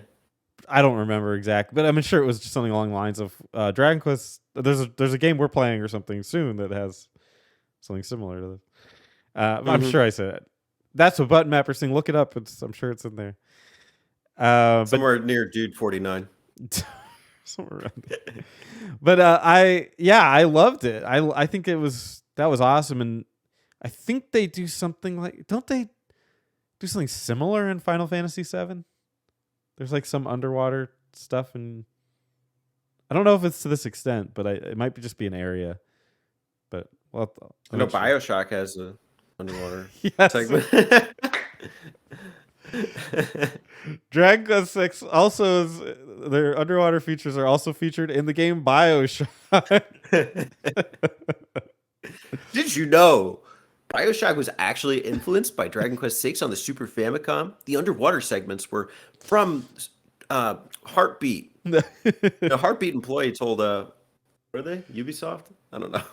2K Games, I think. I don't know exactly who. Yeah, Alex, you should play this. It's inspired one of your favorite games, Bioshock. Move on a little bit. The AI is very good in Dragon Quest 6. It helped me out in the boss fights, the interviewer said. Hori says, that's funny because midway through the development, we had people complaining that the AI was too smart. Some of the staff asked us to, this is with Yamana as well, asked us to make the AI more stupid, but I said that wasn't really possible.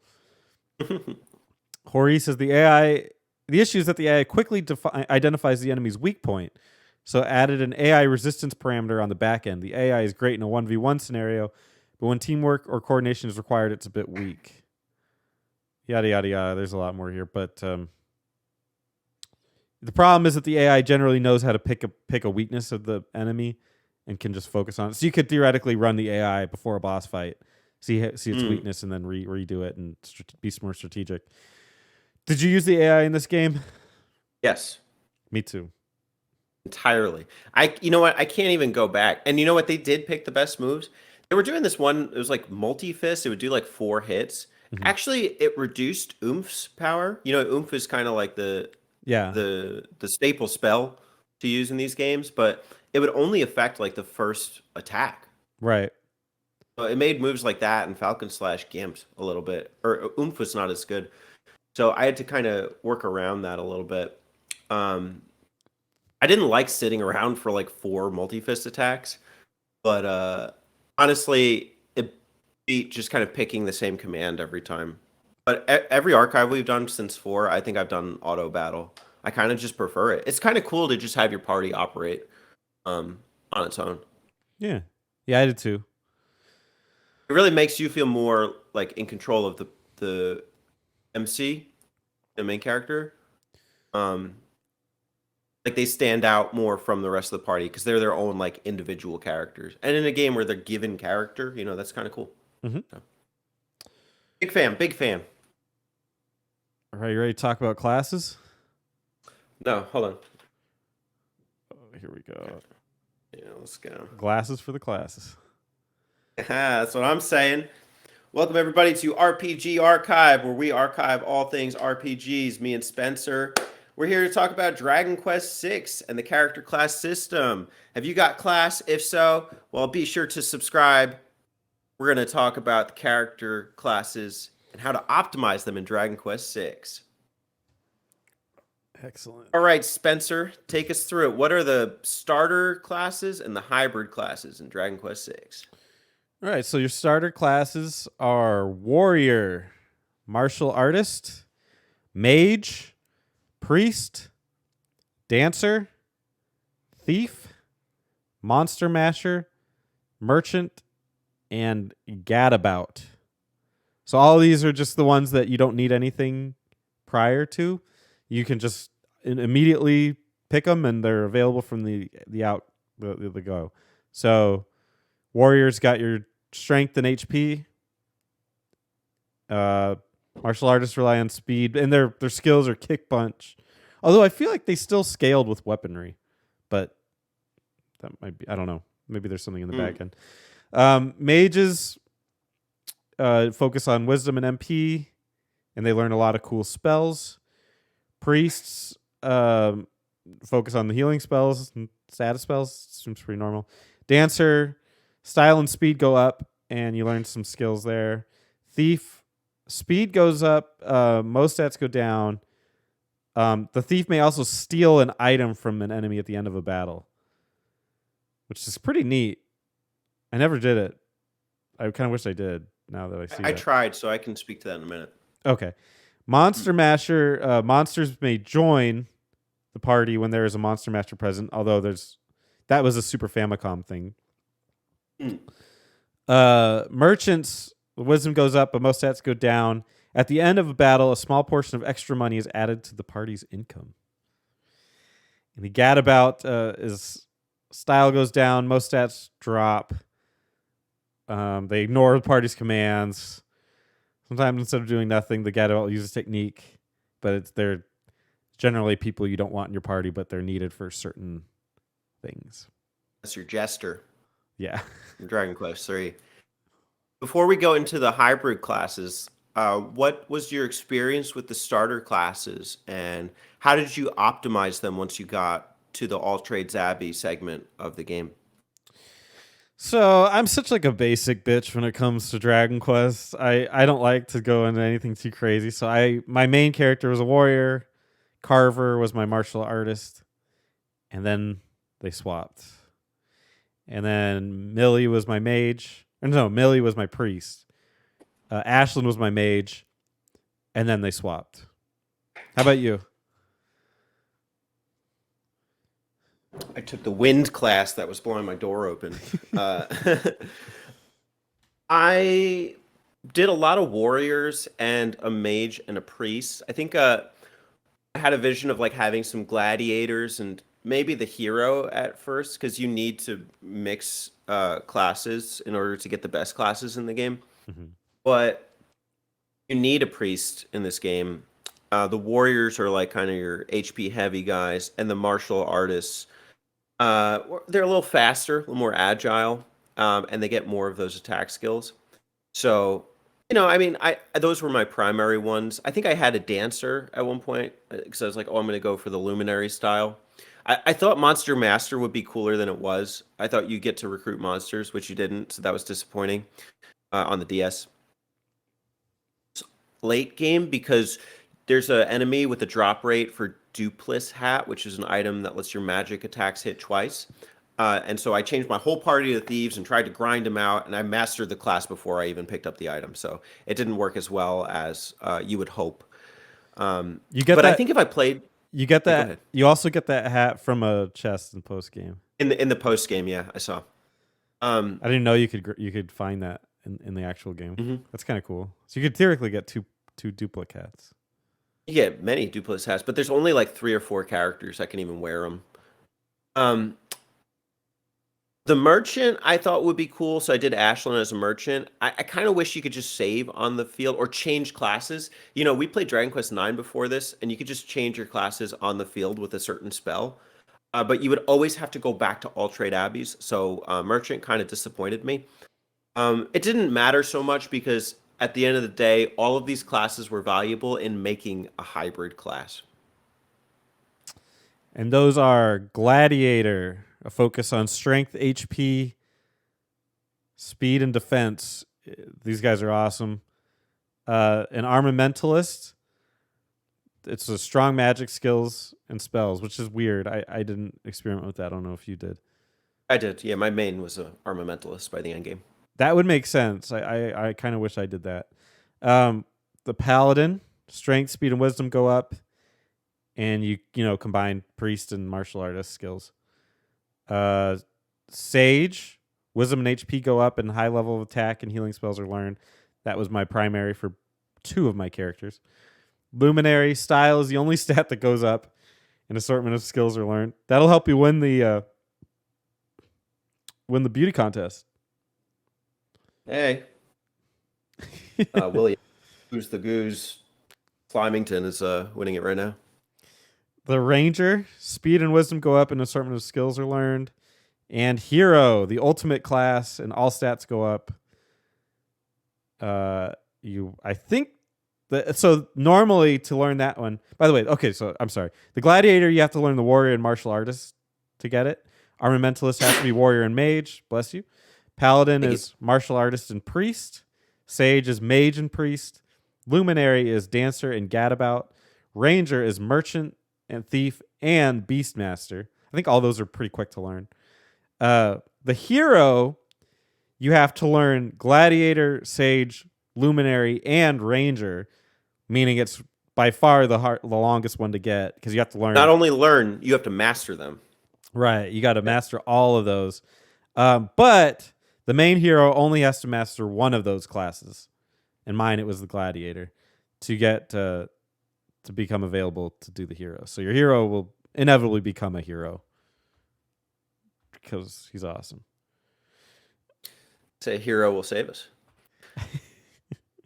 What did your progression look like throughout this game? I actually here's a kind of pro tip for newcomers too. The warrior class is huge to get a bunch of your guys to even just begin because warrior gets hatchet man, which is a critical hit attack. So for metal slimes, it's perfect. You just have to land one of them, and then it's like a automatic like insta kill for a metal slime. Um, by the end game, here's the thing. I was going for a couple gladiators, so like you get an optional character like the slime knight, Gubrick, and I started making him a gladiator, but Terry's a gladiator by the time you get him, so it's not really necessary. Another thing that kind of messed me up was with my hero. I was like, oh, well, I'll go armamentalist and maybe hero later. Unfortunately, I mastered armamentalist, but that's not one of the classes you need to master hero. So it would have been insane to just go back and like master also martial artist and then master gladiator and then start hero. That's something that you could kind of do in post game, but if you want a hero, I mean, you got to plan that out. I don't even think it's really like possible to do within the main game for any character other than your main hero. In post game, it's a little different, but I don't know. I had a couple luminaries just because like I had like characters I wasn't using as much, and I was like, oh, it'll be cool to just see what it does because I didn't do luminary in Dragon Quest IX, and it was nice to have Hustle Dance, which is a free HP recovery skill to use in battle. Also, another cool thing is if you have the wagon, which you do in the end game, you can recover party members who are not in the party. Mm. So multi-heal also worked that way. That was really nice for my Sage. So my main four, I think it was like Carver, Hero, Terry, and Millie had Armamentalist, Gladiator, Sage, and I don't even, maybe a second Gladiator. Two Gladiators, an Armamentalist, and a Sage. And then backups, Luminary, Ashlyn was a Ranger, which I just didn't really get anything out of, and then another Luminary or so. Oh, and then the monster classes. So I had Lizzie, which is automatically a dragon, and the dragon skills are really nice. They're free MP costers for like breath attacks, fire breath or ice breath, and some of them do some serious damage. And then I just changed Lizzie to a warrior to get it more HP. And then then if you want to touch on it, liquid metal slime, agility and defense doubled, but HP drastically lowered when it's powerful attack spells. I had touched on that in the post game, but it just by then I was kind of burnt out, so I didn't really go any further. I accidentally gave Carver, not doing any research, I gave Carver that, which you can only get like one, and then you can farm for them later. But you're given one, and I gave it to Carver, not thinking it was more of a defense item, like because I'm thinking liquid metal slime, like they're hard to kill. So I thought it'd make him more of a tank, but it's actually the exact opposite.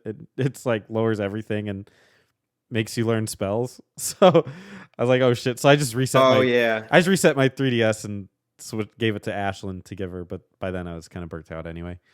It's mixed though. I just want to say about the liquid metal slime. Because once you master the class, you get an extra 100 HP. Oh, and do also you? resistance to offensive attacks. Really? Oh, Yeah. so maybe I should give it to him. But you have to keep it Yeah. as that class, right? To get the resistance. I'll tell you in a minute. Oh, okay. I'll have the guide here. Now I recommend.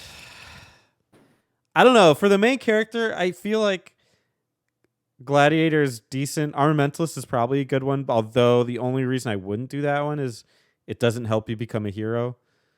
So I'm a Yeah. little bit nervous on that. But man, The Frizzle is worth it. the main character having the main character in this actually does decently as a mage, Hmm. especially as a hero. I use Giga Slash a lot, so having the Yeah. mana would be nice for that. Um, but I don't know. It depends on how you want to play that one. Carver would make an absolutely abysmal mage, so just don't even bother with that shit. But the other characters could generally do with those. Sages are so important. I don't really understand how a person would play this and not pick that. So at least one, but I did two. The other ones, I feel like they focused more on certain things. Like the Luminary would be really good. I think mostly. I'm speaking end game, of course. To me, Luminary would help you win the beauty contest. Mm. So, I don't really know how I would use that in like the final boss, and that's generally what I mean Way by that end the game. guide recommends it is as once you master Luminary class to switch it over immediately because it's super weak. Um, it's just nice to have Hustle Dance as a free HP recovery Hmm. thing. Song of Salvation is the last skill that you get as Luminary, which revives all party members, but it like happens in a couple turns, and you have to keep the party member there, so it's useless. There's another spell though, Kerplunk Dance, that sacrifices their life to recover all or revive all party members. So that's probably a better spell. Hmm. Otherwise, it just didn't. Luminary wasn't as much as it's cracked out to be. Yeah, Ranger. I don't really see where that comes from. I don't. I don't. No, and it's pointless, honestly, in the main story because you have to level up 3 classes. By the time I even started on Ranger, like for Ashlyn, the game was like over. Yeah, I bet. I mean, you'd have to hit that one early because that one, I think Merchant, Thief, and Beastmaster are pretty quick professions as opposed to like the Gladiator ones. Yeah, well, let me explain this because each class has a certain speed at which you level them. So you would need to fight a certain number of battles to master them, and I have the numbers here. So warrior is 150, martial artist is 200, Hmm. mage is 180, priest is 150, dancer is 120, thief is 140, monster master is 165, and merchant is 130. So What about Gadabout? oh, and gadabout is 155. Okay. So that's about 450 versus if you're going for like warrior, that's like 350. Hmm. Also, I messed up in that. What was it? It was merchant, thief, and monster master. I had gadabout thinking that would be like the luminary thing. I tried not to look at the guide, so I had to do like 600 battles with Ashlyn. So maybe that was my fault. Shit. Do you want um. me to do the numbers for the hybrid ones? Yeah, I might as well. Gladiator 250, Armamentalist 240, Paladin 260, Sage 270, Ranger 200, Luminary 220, Hero 150. So you kind of touched on it, but I feel like we should just hit it now. How to rank up these classes is kind of annoying. Um, I like it and I don't like it. So you have to do battle and win battles, right? But they also have to be within a certain range of level, and all the areas have like a level cap, and you have to be under it. You're supposed to be fighting monsters that are technically stronger than you. Mm. Now, in the Super Nintendo version, I think this was the most difficult. And most restrictive. In Dragon Quest Six, like in general, the narrative is you're not actually supposed to grind because you don't want your level to be too high. So you're supposed to grind on theoretically, like you don't want your physical level to go up. You want your profession level to go up. They've really mitigated that, I think, in the future versions, especially the Android version. It's like almost not even an issue. But here it's still in the DS version. I think it's still there where it could be that you're fighting battles, but you aren't actually gaining any towards your class because the level of the area is too high. So you'll still probably never struggle to at least attain the one that you want. Like if your goal is to get a gladiator, I don't really foresee you struggling to hit that. It's kind of like what Teddy was saying. If you're trying to go for the hero class, it might be very, very difficult to attain that in a regular playthrough that isn't post game. Mm-hmm. Unless you're the hero, Yeah. you'll get that easily. But if you know what you're doing, because I was not like intentionally going for the hero, and I changed my mind later. I was like, oh, actually, maybe hero gets Giga Slash, and that's recommended for final boss, so maybe I should go for that. Oh, you'll have to level up martial artist and then level up gladiator, and it's like, what? I can't do that. Don't we do 600 battles, right? 500 battles, right? No. So you got to make that decision early on. Yeah. That's the only reason I would not go for Armamentalist for the main guy.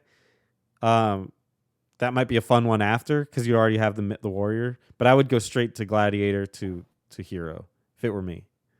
It's almost worth just avoiding Armamentalists altogether, so you have that possibility to level all your characters to become heroes. Yeah. If your goal is post game and you want to like totally max out, definitely. Yeah, that's probably the way to go. Is just skip Armamentalist, skip Paladin, and just go for the other ones. Which is unfortunate because I'm sure those have cool stuff. I didn't do any Paladin stuff, but did you touch on the Paladin? The guide recommends against it. They say it's not really worth using against any of the bosses, which is funny because what we found out was that the bosses were harder in this game. But no, I didn't really feel like I needed to protect other party members.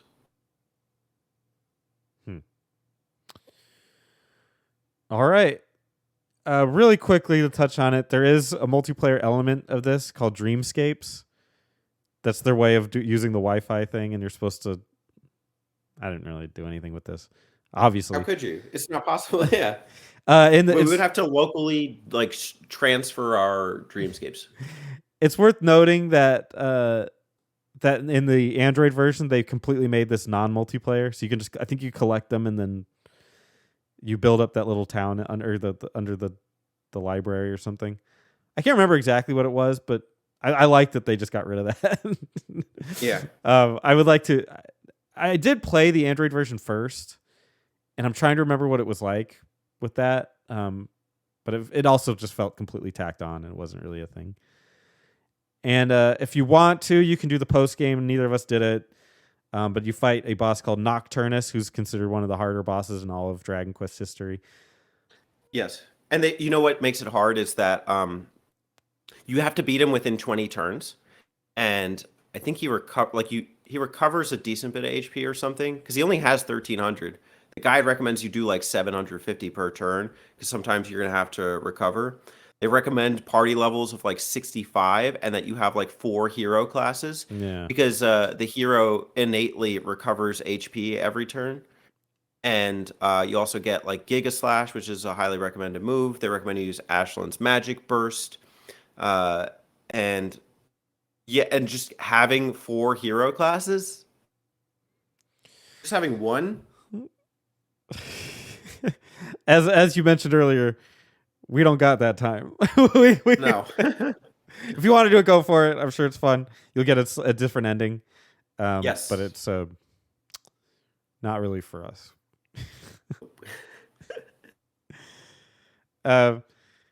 Any cool stories about Dragon Quest 6 that you encountered? Any that we haven't touched on here? I kind of want to save them for like my grievances and acknowledgments. Okay, sounds good. Because then that means we're touching on the legacy of Dragon Quest 6. Are you ready to get into that? The Legend of Legacy is a game that we didn't play. Fun little thing. Well, not fun, but interesting tidbit here. Yeah. According to Japanese television reports, a university student in Japan, university, come on, man, uh, Wow, you're supposed to be like the pinnacle, you know? has been arrested after threatening to kill a friend after a disagreement over which Dragon Quest role playing game was the best. I Police guess they dropped out. Yeah. police used threatening internet posts as evidence to charge the suspect who is currently in custody. Wow. This was Okay. obviously back in the day, but publisher Enix, before the company merged with Square, had to change its previous policy of releasing new editions on weekdays after complaints of mass absenteeism from schools and places of work. This latest story is perhaps the most worrying evidence of the level of obsession which some video game fans can reach. Though Mm-hmm. the preference of the intended victim is unclear, the arrested student apparently favored SNES iteration Dragon Quest VI. Wow. Wow. That speaks for itself, you know? This is the one. They thought it was the best, and they were willing to go to war over it, Yeah. you know? Yeah, I mean, it is kind of crazy that like this is like the like you look up Dragon Quest Wikipedia that like this is like one of those legacy sections. Dragon Quest VI is literally somebody's hill to die on. I think that. Uh, I mean, it's clear too that you would never understand this being in America. This would be something like Fortnite or something. Dragon Quest is definitely big in Japan and not over here. But it's well, great. if you look up Yeah. Dragon Quest death threats, there's one from last year about somebody who's playing the mobile game and they're threatening to kill people at Enix because they can't beat the game. They're like, it's rigged. I'm going to kill all of you. That's what they said in their post. So they really take it seriously. They really care about it. But it's equivalent, yeah, to like the Fortnites or like the Call of Duties or something. I guess it makes sense. It's a university, like it's a kid, you know, like, but it's dumb. Like it's a dumb disagreement. Yeah, guys, be civil online. I know that's hard. I know if you go on Reddit, the whole point is to yell at each other. But like, Jesus Christ, don't threaten to kill each other. Yeah, just don't even make an account. Just stay offline. Yeah, that's Just live wild. in the real world. Don't live in the dream world. All right. Like this guy. This guy's in the dream world. Speaking of conflict, I'm gonna read you something, Teddy. In the interview, they ask him, in the pantheon of Dragon Quest games, where do you see Dragon Quest VI? And Hori said this: "It's the one that's got it all. Wrong. Drama, job changes, recruitable monsters, everything from the previous games. Okay, I'm bitter, but it's fine. Fans of the job system in Dragon Quest 3, fans of the nail-biting challenge of Dragon Quest 2, it's all here in Dragon Quest 6. Every time we finish a game, there's always some regrets, but Dragon Quest 6 probably has the fewest of all the Dragon Quest games so far. I'd say we accomplished 95% of what we set out to do. Partly that's explained by the amount of time we spent on it, of course, but it's the most complete Dragon Quest to date." I pose this to you. I do have some differing opinions on what you're saying here, but I'm gonna let you. I'm gonna pull the string and let you go, man. Damn it, Hori. That's just salesman speak. Oh, that makes sense. That's all that is. That makes sense. Yeah. So I have a grievance list with Dragon Quest Six. I have a couple complaints. I've had some for a long time. I think it was my least favorite. I don't know if it still is. I'm gonna have to kind of assess that. And I'm also trying to be a realist, so I'm trying to acknowledge some of the good things about it. But that doesn't negate the fact that there are some serious complaints I want to levy against it. The first is the absolutely cryptic progression system. I do not understand why you need to go into a town and talk to NPCs multiple times and a certain number of them in that town in order for it to activate something else on the screen. I think one for me was like when you had to get the Isle of Smiles to drop down, you had to talk to every single member in this depressed town and like get them to acknowledge something. And that's like just one example of like a town where you had to talk to every single person. This is, Dragon Quest 2 has a similar thing where it's like you had to find like three hidden items, but that was it. That was the only time that happened. And in this one, it's just everything is kind of pending on you activating the story by talking to someone. This is not new to Dragon Quest like as a series. Other games in the series have done it, and it's fine. It's fine having to talk to people, but it's just there's nothing implied that you should talk to them multiple times. I think at one point I was reading something about this game, and you could come back to a town like 10 different times, and a same character would have 10 different things to say, which in and of itself is cool, but doesn't fluidly work in terms of progressing in this game. The quests themselves are very hit or miss, and there are a couple of heinous offenders. So, I think of a couple examples. One is this one where it's like the town of Howard and or Howie, and he's going to become a prince. And it's basically your Resident Evil for the president's daughter escort mission.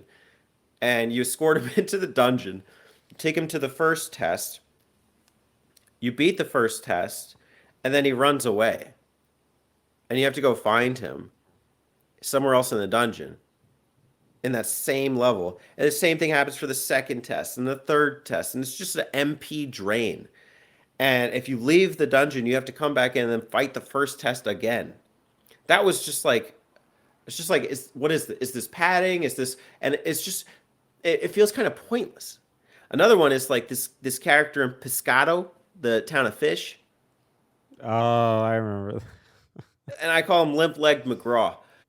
Uh, that's not his name, but I just gave him a name. So there's a severe shortage of fish in this town, and this one guy is able to get the fish. And so you talk to the merchant, and then the merchant goes brings the fish to the guy, and then you snoop on the guy, goes Metal Gear Solid style. You watch him go into the cave, and he's limping super slow around all these corners of the cave. This is the hardest cave in the game. And the trick is to not let him see you, but sometimes he turns around, sometimes he goes around corners. And I had to try this thing 4 or 5 times. It took me an hour to 2 hours just to watch this guy get to the end of the cave to press a button so I could get inside the last cavern. At one point, I texted you a picture of this that I'm hiding behind a wall. Then he's going around the wall and he makes the turn, and then he spots me through the wall. Yeah, And it just ruined the whole cycle, and I had to go back out and do it again. that must have been a glitch. I have no idea how. I saw that picture. It was clearly. I have no idea how he saw you through that. The trick for that one is you're supposed to tail him at that point very closely and then go down and around or something like that. I don't know. Uh, but I hated that so much. Um, and then there's a fucking fashion show that you have to do to get the magical rug. And that's another thing too, is like, you're supposed to be getting the legendary equipment at that point, and it's not always clear. I remember there's a couple of villagers that like tell you the trick at some point. Go, I have some pictures. I could even pull them up and read them, but it's like go 4 steps around the golden statue and make a third turn and then be sure to go back, but it doesn't tell you where it is. So if you're playing this game naturally, you would have to have documented that in order to remember it for a time where you see a golden dragon statue later in the game. I'm gonna pull it up. South of the Golden Dragon, circle the wall, then examine the grass to open the path. I remember one in a dungeon, my guide was saying you have to dig in this specific corner in order to keep going. Okay, but I'm going on multiple points. But anyways, one of them was like, okay, go in the fashion show, win round 3, and then you get the magic rug. It's just, tell me something. Give me some like clear path. The narrative is nonsensical and confusing. It's fine to be some nonsense based. I understand that when you're doing multiple worlds, it's going to be kind of out there. But I think I lose touch of like feeling immersed in it, especially when it's always just like trying to figure out like what is this character even? Is this their memories? Is this their real self? Did I get the memories? What is this? And so, we talked about this a little bit throughout the episode, but I just could not follow it. And even by the end, I just I'm going like okay, Murdaugh, he's like compromising people's dreams, or he's trying to take them, but it's not Murdaugh. It's actually another wizard guy. Oh, it's Mortimer, and oh, and then okay, they get their dreams back, and by the end, I don't care, and so like I feel like it's a lot of wasted potential, Hmm. especially because this is like one of the most impressive games stylistically in terms of class systems, etc. And I made a footnote too about the music. I don't know if it's like worse music, but it's really dull music compared to a lot of the other games. If you actually listen to the symphonic version, the choice of tracks is pathetic compared to Dragon Quest V. They pick like the town theme or the castle theme. Dun dun dun dun dun dun dun dun dun dun. And it's just like for the orchestrated thing, like this is the best track you could pick. The only track I liked was Saint's Wreath, which is kind of the sad song. Da-na, da-na. But even then, it's just if never really feel the emotions or care for a character, it happens very rarely in this game. Um, and because I already have this kind of like detachment from who the character is, it just never matters to me. It just feels wasted. So I'm gonna try and be positive as well and just counter some of my grievances because I did finish the game. It is impressive. It is probably the most beautiful up to this point.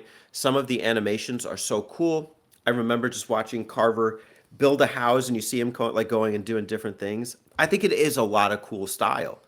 And like just seeing that, you don't see that in the other Dragon Quest games as much, if at all. Even on the DS up to that point. Uh, I think at one point you watch like somebody fire a laser beam through a mountain. Like that was so cool. The island drops are okay. Um, I can't remember too many other animations, but I just remember seeing it like every couple hours and being like, oh wow, yeah, that's cool. The class system is very it's something you can really immerse yourself into. Like you can get lost like leveling up classes. That almost becomes the focus in the Mhm. second half of the game. It's like this is where my attention is going. And while it's not necessarily what I want to spend my time in a Dragon Quest game doing, it's something I did find myself enjoying. For all of the awful moments that exist in the quest in terms of progression, there are some really memorable moments that happen. I think of this one where it's like you go down a well. I can't remember the name of the town, but it's this castle, and then you end up in the castle, and this prince and this princess. It's their like wedding day, and then but you're trying to prepare the banquet, and you get the food, and you bring it to the top of the castle as like to appease this demon lord, and then the demon lord's like, "What? Who summons me?" And you see like this demonic face, and then he starts firing lightning bolts at everybody. They start shooting on flames, and Do you know who that was? um, what was that? That's Nocturnus. Wow. Okay. Yeah. That was maybe the best moment in the game. That was And sick. it's optional. You could miss it too. And it's so cool too because um they bury the treasure underneath the castle, which you have to go and find. I forget what it's for. It's for legendary equipment or something. But if you actually once you do that, once you get that armor in like the decrepit world where it's like doesn't exist, uh if you go back to the dream world and then you go in the treasure room, you find all the treasure they buried. Yeah. So it's just like a little hidden trick that you could do. So that's cool. Humor is on point in this game. This may be the up to this point of the six, the one that I was just laughing the most at. Um, I just think the pun game is really funny. The when you get the flying bed, I'm just like at that point, like okay, a flying carpet's kind of a magical, enchanting thing, but a flying bed, I'm just laughing my ass off, like watching this animation of a bed spiraling and flying around the town, and people going like, "Whoa!" That was great. The town names are funny. Like, I mean, uh, Somnia, the whole concept of Somnia, it's like a main place, but the game is about sleep. You're in Somnia Yeah. throughout so much of the game. You can't sleep.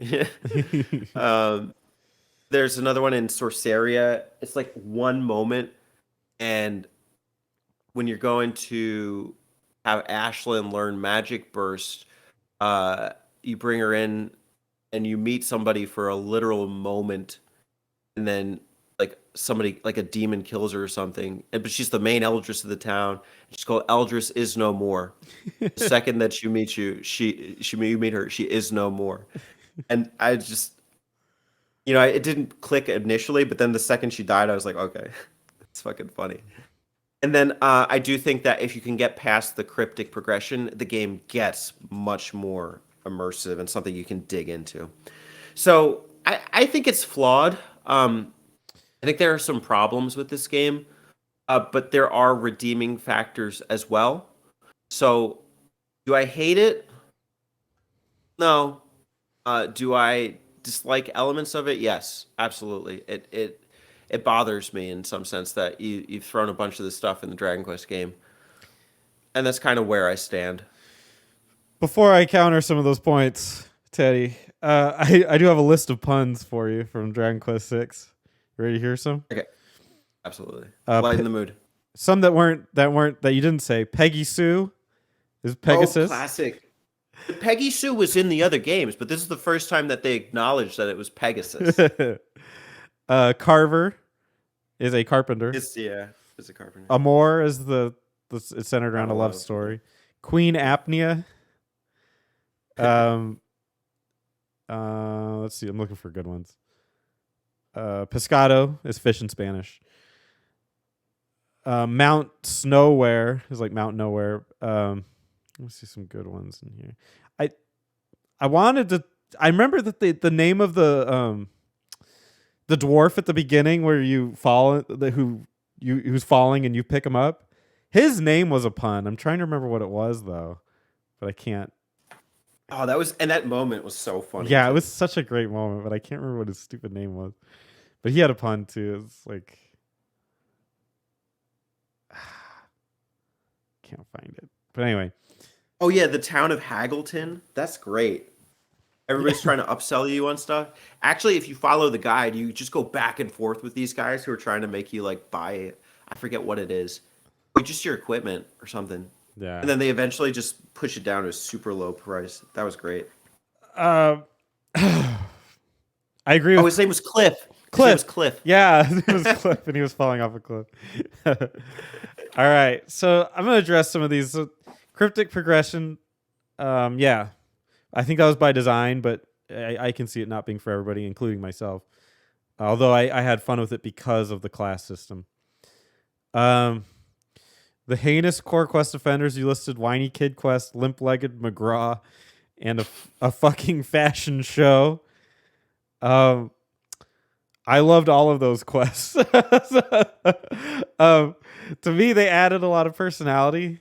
To be fair, the Limp-Legged McGraw, you got a rough deal on that. I think there was something wrong with. There's like a bug on that one or something. But I happen to love stealth games. So I like that kind of mini game. I think it's fun. The fashion show, I think it added a nice flair to the game that it's something very different that took you out of the moment, which is nice in a game where you're constantly, especially at that stage of the game. I was very unsure of what to do, and then when finally it was just presented with something very unique and different, I thought that was fun, and it gave a nice. It let me focus on characters I wouldn't normally do. Like, so Ashlyn became the star of my party simply because she had the most style. So I thought it was cool to have a moment like that. Narrative, I'm not even, yeah. but like I said, to me, the overarching narrative isn't as important to me as the smaller stories told within. Worst music, maybe. Played it on mute. Be expected. Yeah. I'll let you be the judge of the music. I won't even touch it. But so yeah, no, all those are very. I agreed with actually most of what you said in that, but so I can't really say much except for the quest things. I actually love those quests. I think you said the whiny kid one. It reminds you of other ones, but remember this one was 1995. Yeah. So it's yeah. Those kind of quests weren't as big then. Like. Dragon Quest 8 has a very similar quest to the whiny kid one, and I would have played that first. But and to be honest, that's the least of the offenders. It's just an example of like a quest where it's like I really don't care. I think of in Dragon Quest V, Prince Harry. Mm. That's like a pathetic kid, but that has so much substance to it. And what the hell is this?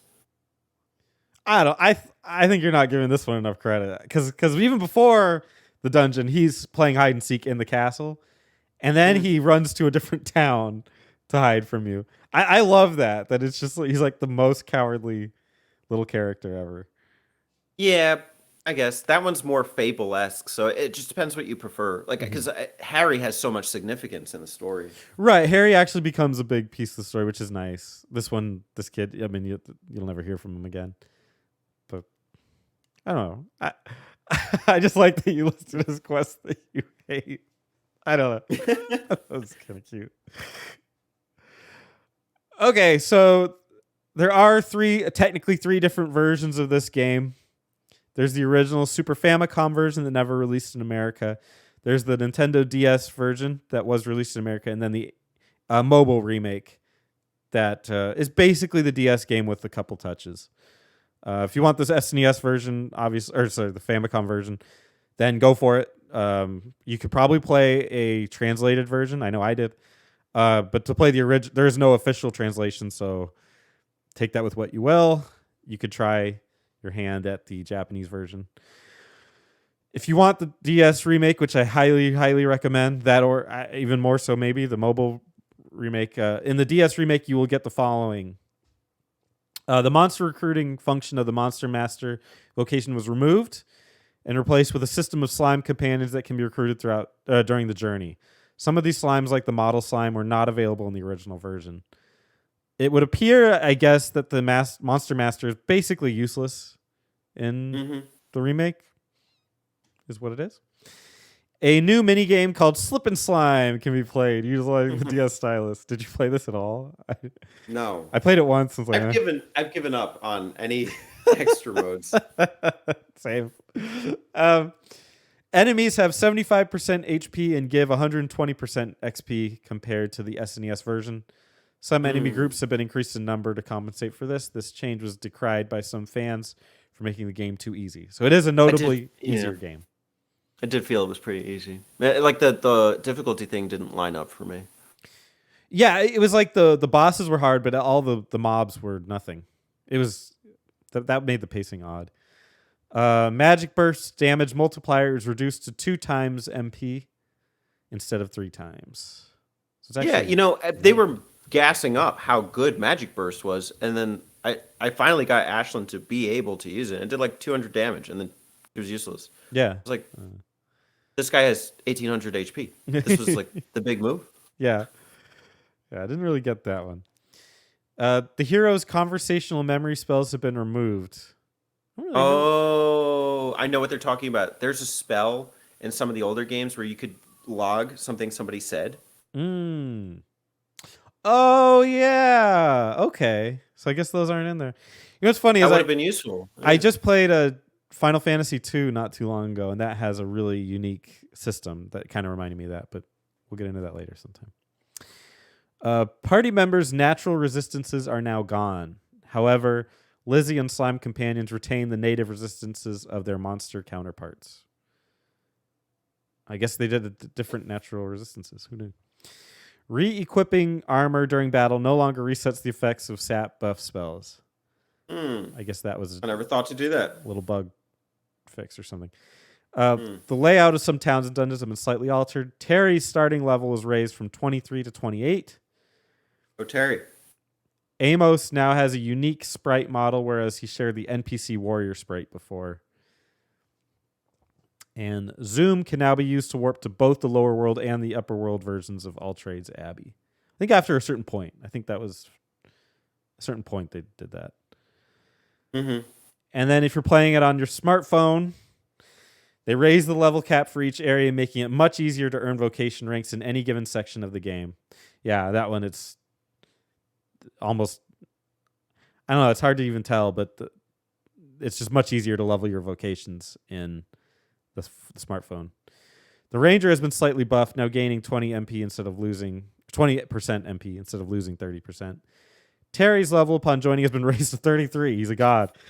Oh, sorry. In addition to having already mastered the mage and priest vocations, his strength and agility stats have been increased by +5 and +28 respectively. So he used Terry in the mobile. He's a beast. The sex of monster companions is now displayed in the attributes section, with Lizzie and Shelly being female and the remaining slime buddies being male. Go Slimes. Sweet Dreams side quest has been altered to no longer rely on multiplayer. It can now be done entirely in game. Woohoo! There's a pun. There it is. Yeah. So those are your different versions. If you can stomach it, if you can do it, I highly recommend the mobile version. That's the one I first did it on. But the DS version is probably the most comfortable to play. So I wish we looked up the prices beforehand. I know that if you want a DS copy of this game on eBay, the cheapest I saw was importing from the UK at about $80 and tax. So expect to spend around $100 for a DS copy of the game. The Super Famicom, I mean, are you going to play it in Japanese? I'm not sure, but I'll look really quickly. And do you know offhand on the mobile store how much it is? the mobile will be either $10 or $15. It goes on sale occasionally. I've seen it as low as like $7. Really hard to argue with that one, especially considering some of the changes they made. It's definitely an easier game than the other two. The DS one being easier than the Super Famicom. But I think control wise, it's definitely the best on the DS. Yeah. But with the mobile one, you get used to it and it's fine. I played 4, 5, and 6 on the mobile, and had a great time.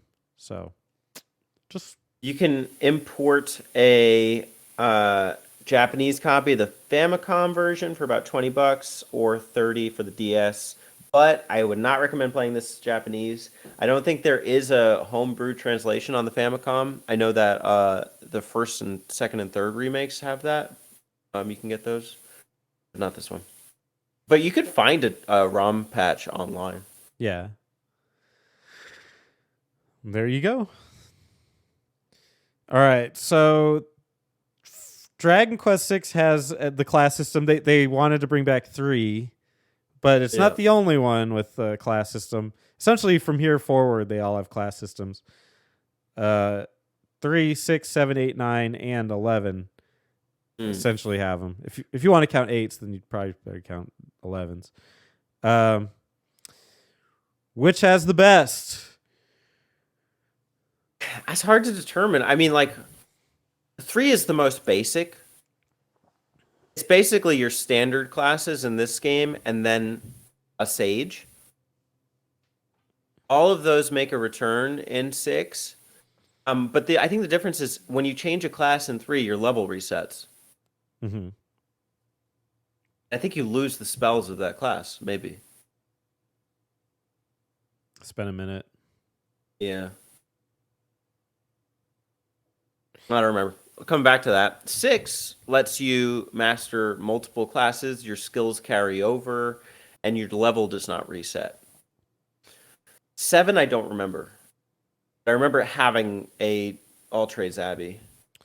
I believe, and we're going to play 7 next. Not next after this game, I don't think, but obviously it'll be in the future archive. But I think 7, you also go back to level 1, but retain something. I can't remember what it was.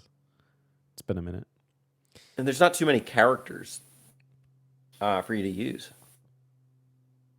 8, their classes are predetermined, but it has like a skill tree. So that's pretty cool. 9 has a similar system to 6, except to unlock those special classes, you have to complete quests, and also your level resets every time you change a class. Well, 9's is similar in that I would say 9 is more like 8, at least in terms of functionality. Like Yeah, that makes sense. You put points in those to rank up the thing, and you'll get True. Which I like. It's like a hybrid of like 8 and 6. Yeah. I have mixed feelings on 9s. Playing 6 made me realize that like this is more cohesive. I do like about 9 though that you can just change classes at any time on the battlefield if you have the right spell. Mm-hmm. Six had nothing like that. So I was just going back and forth to all trade abbeys in the real world, and then it was like, oh, am I going to the real world? Am I going to the dream world? Am I going to switch worlds and then go back? And then it was just a massive time sink. Because anytime I mastered a class, I was like, I have to get back right now because I'm wasting, level ups. Yeah, So I spent way too much time at all trade abbeys in six. I agree. In 11, if you want to count that, it's kind of like 8 where they're predetermined. But it's on a hex grid, and you can just put your points into certain ones, and you can level up the class exactly how you want, which I love. I adore that system. And so you can just take the stat bonuses if you want, or you can take the moves if you want. But they branch off in their own ways, and you would follow a hex grid. So you're not as like pigeonholed into one class. You can be for the hero, for instance. You could take the double handed swords as far as you want to, and then just pivot to being a hero from then on if you wanted, or you could just go all out on the double sword. So, um, I would love it if they used that and then made it like a more robust, like a nines or sixes class system, like a real system where you can. I wouldn't mind getting blank slate characters. I know some people hate that, but I'm cool with getting blank slate characters and just give me like the hex system where I can pick different classes to put in that grid. Oh my god, the customization would be out of the charts. It'd be freaking phenomenal. So that'd be cool. Mm. This is not my favorite, but I think it functions well enough as long as you know what you're doing. Nothing is wasted, which I like. I feel like in 9, skill points felt wasted. Yeah. I messed them up. I can't say it's my favorite because honestly, I do like that like skill allocation that you see in 9. I'll probably like it in 8 more than anything. Mm-hmm. And 11 sounds enticing. I just don't remember. I played like the 10-hour demo. And I don't remember 7 well enough. This time it's probably like second highest. Go ahead. 7, I remember being my favorite. Like I remember, and now that I've played all of them, pretty well rounded. I don't think any of them grabbed me as much as 7 did. There were moments in that game where I was strictly like 100% focused on leveling up the classes. So, in terms of enjoying a game, I think 7 was my favorite. In fact, one thing that made 7 interesting was that I believe I'm gonna try to word this correctly. I believe that the jobs and levels and stuff scaled didn't actually scale. So like whereas like so your first class, let's say, is a warrior, right? And it takes you like 10 hours to hit the peak of warrior. Well, if you start over as a martial artist, the enemies are higher level and give you more experience. So it's like the same. It takes the same experience to get to the war to max out the priest, but the enemies are giving more experience, so it's actually a lot faster.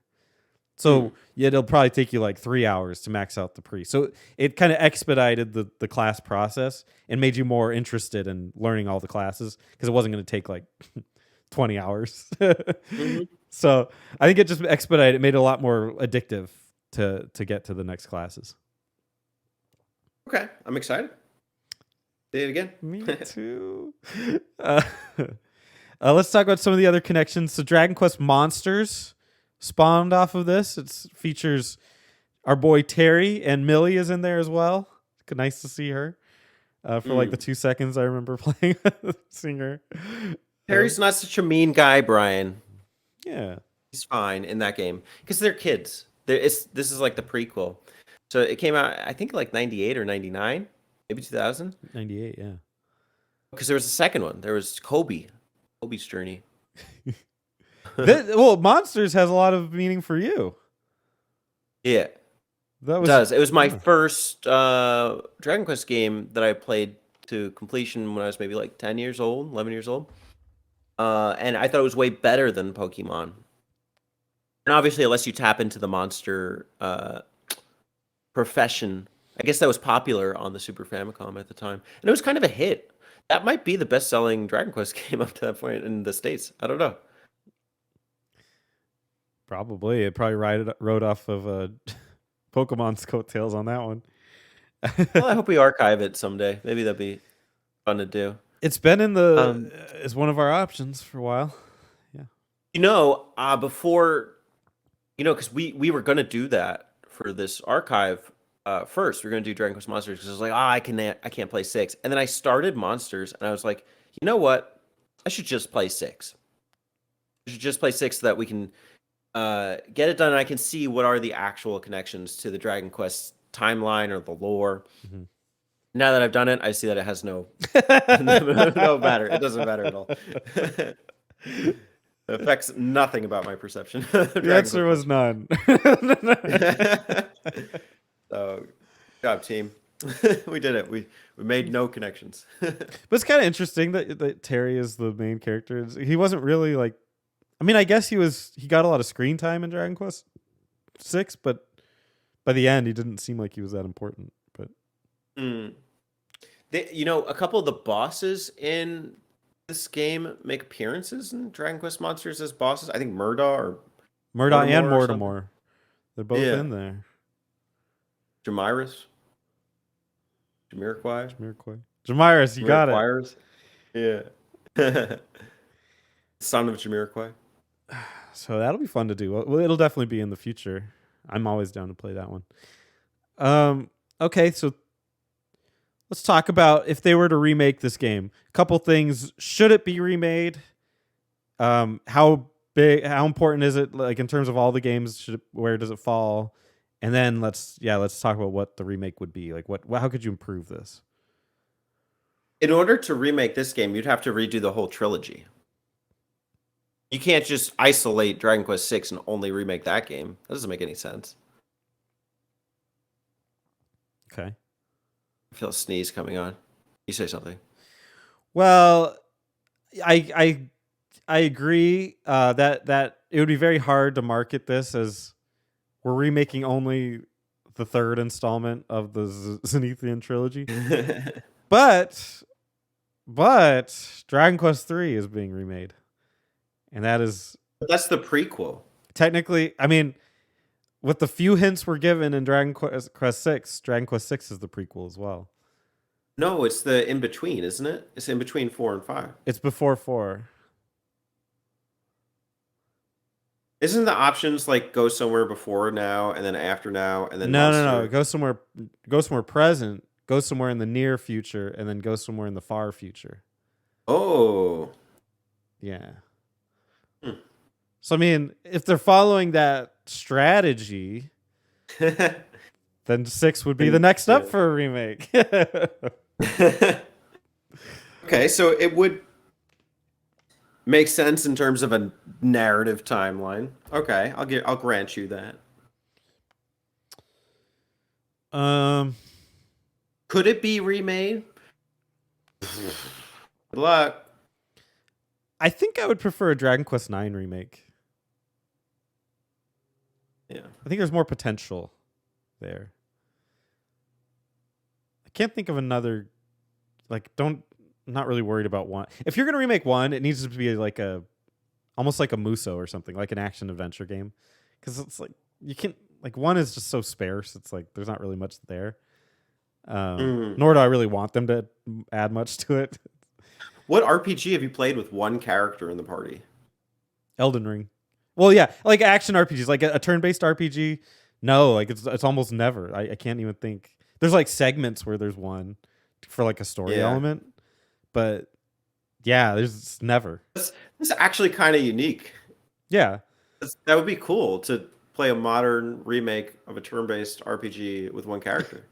I don't think people would go for it.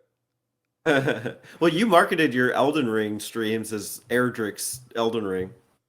Yeah, I kind of abandoned that halfway through, but trying to build him that way because I'm terrible. But yeah, I don't know. I think I would prefer a 9 remake to a 6 one. I can't think of another game that already hasn't gotten one that. But how would you remake 6? How would you improve? 3D, man.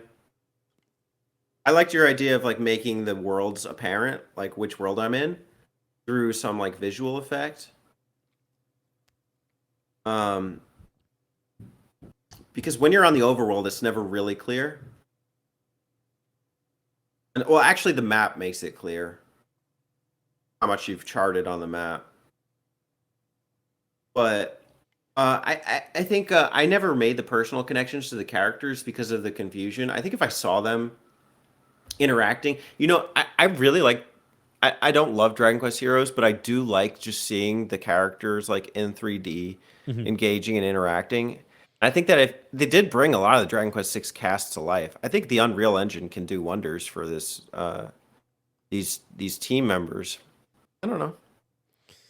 Yeah, I think I agree. 3D. And what you could do is that you couldn't do here is like make the sky different.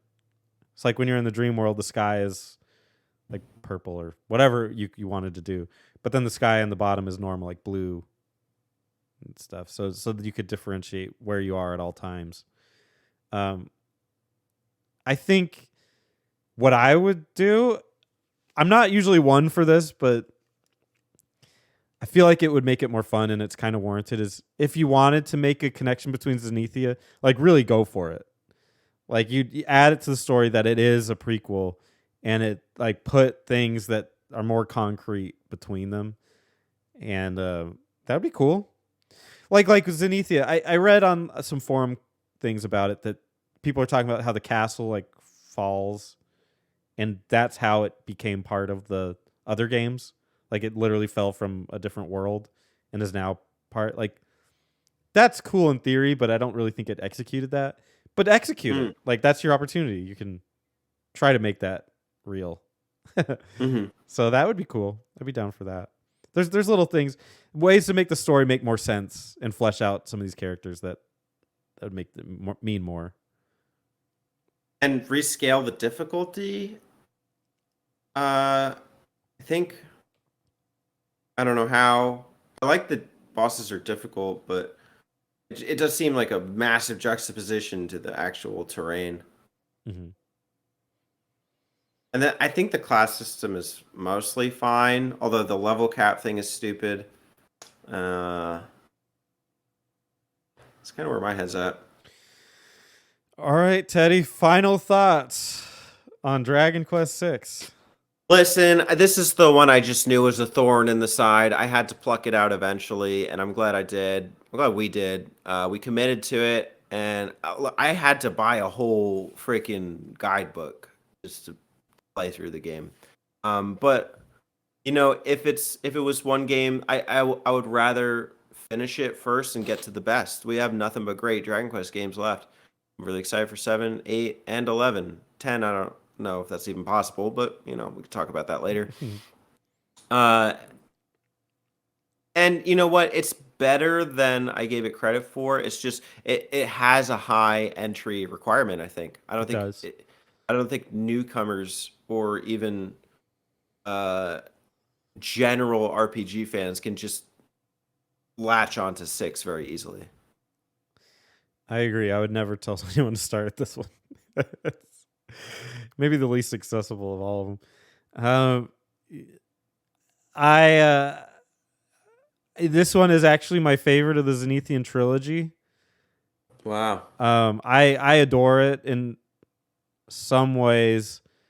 It almost is like Chrono Cross to me, where I adore it for certain things, and then other ways it's like, what were you thinking? Like it's a little crazy.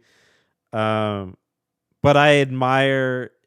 To me, when Hori says it's the most complete Dragon Quest, I actually agree with that. Almost going forward, in some ways, I think it is more complete than 8, and in some, but it's not. I don't like it more, but in some ways, it does encapsulate what Dragon Quest means to me is a broad world of exploration and adventure. Um, but it certainly doesn't have a stronger story than 5. I think most people would like 5 more, and for me, 5 certainly is more coherent. So tough to recommend, but it is my favorite of the Zenithian trilogy. It's not my favorite Dragon Quest, but it's I like it. Cool. Yeah, I can see that. I can understand it. I think that like if you can be empathetic, and appreciate them trying new things, I think at its core it's still a Dragon Quest, you know. Mhm. Well, thank you so much, Teddy. We got through it. I knew this has been in a couple of years in the making, I believe. When did we do Dragon Quest V? We did it last year, I feel like. But I remember like starting Dragon Quest, I think on a Christmas like prior, and it was like it was maybe we were gonna do it, and then it was like nah, let's ditch this, and then like we picked it up again. I think we ditched it again. This is like In between, we had done Dragon Quest IX, maybe Etrian Odyssey. yeah, I feel like, was there something there else? may have been more. Yeah, Wow. but we made it. Yeah, Thank we you. made it. Thank you for doing this, man. I appreciate it. Yeah, man. Listen, this is the Dragon Quest sabbatical. Heartbeat took a sabbatical. Well, we're taking sabbatical in. Yeah. Just nothing but Dragon Quest, baby. 3 more to go. 7, 8, and 11. These are the most renowned. Holy shit. You said don't play them in order, but here we are. Well, like I said, thank you so much. Make sure you check out Teddy's channel, Majora T. And we're both on Check us out on the button mappers, yeah. we're both on the button mappers, so check it out there with Alex from Turbo Zone. Turbo. Turbo. But for now, we can consider Dragon Quest VI archived. Thanks, everybody. See you next time.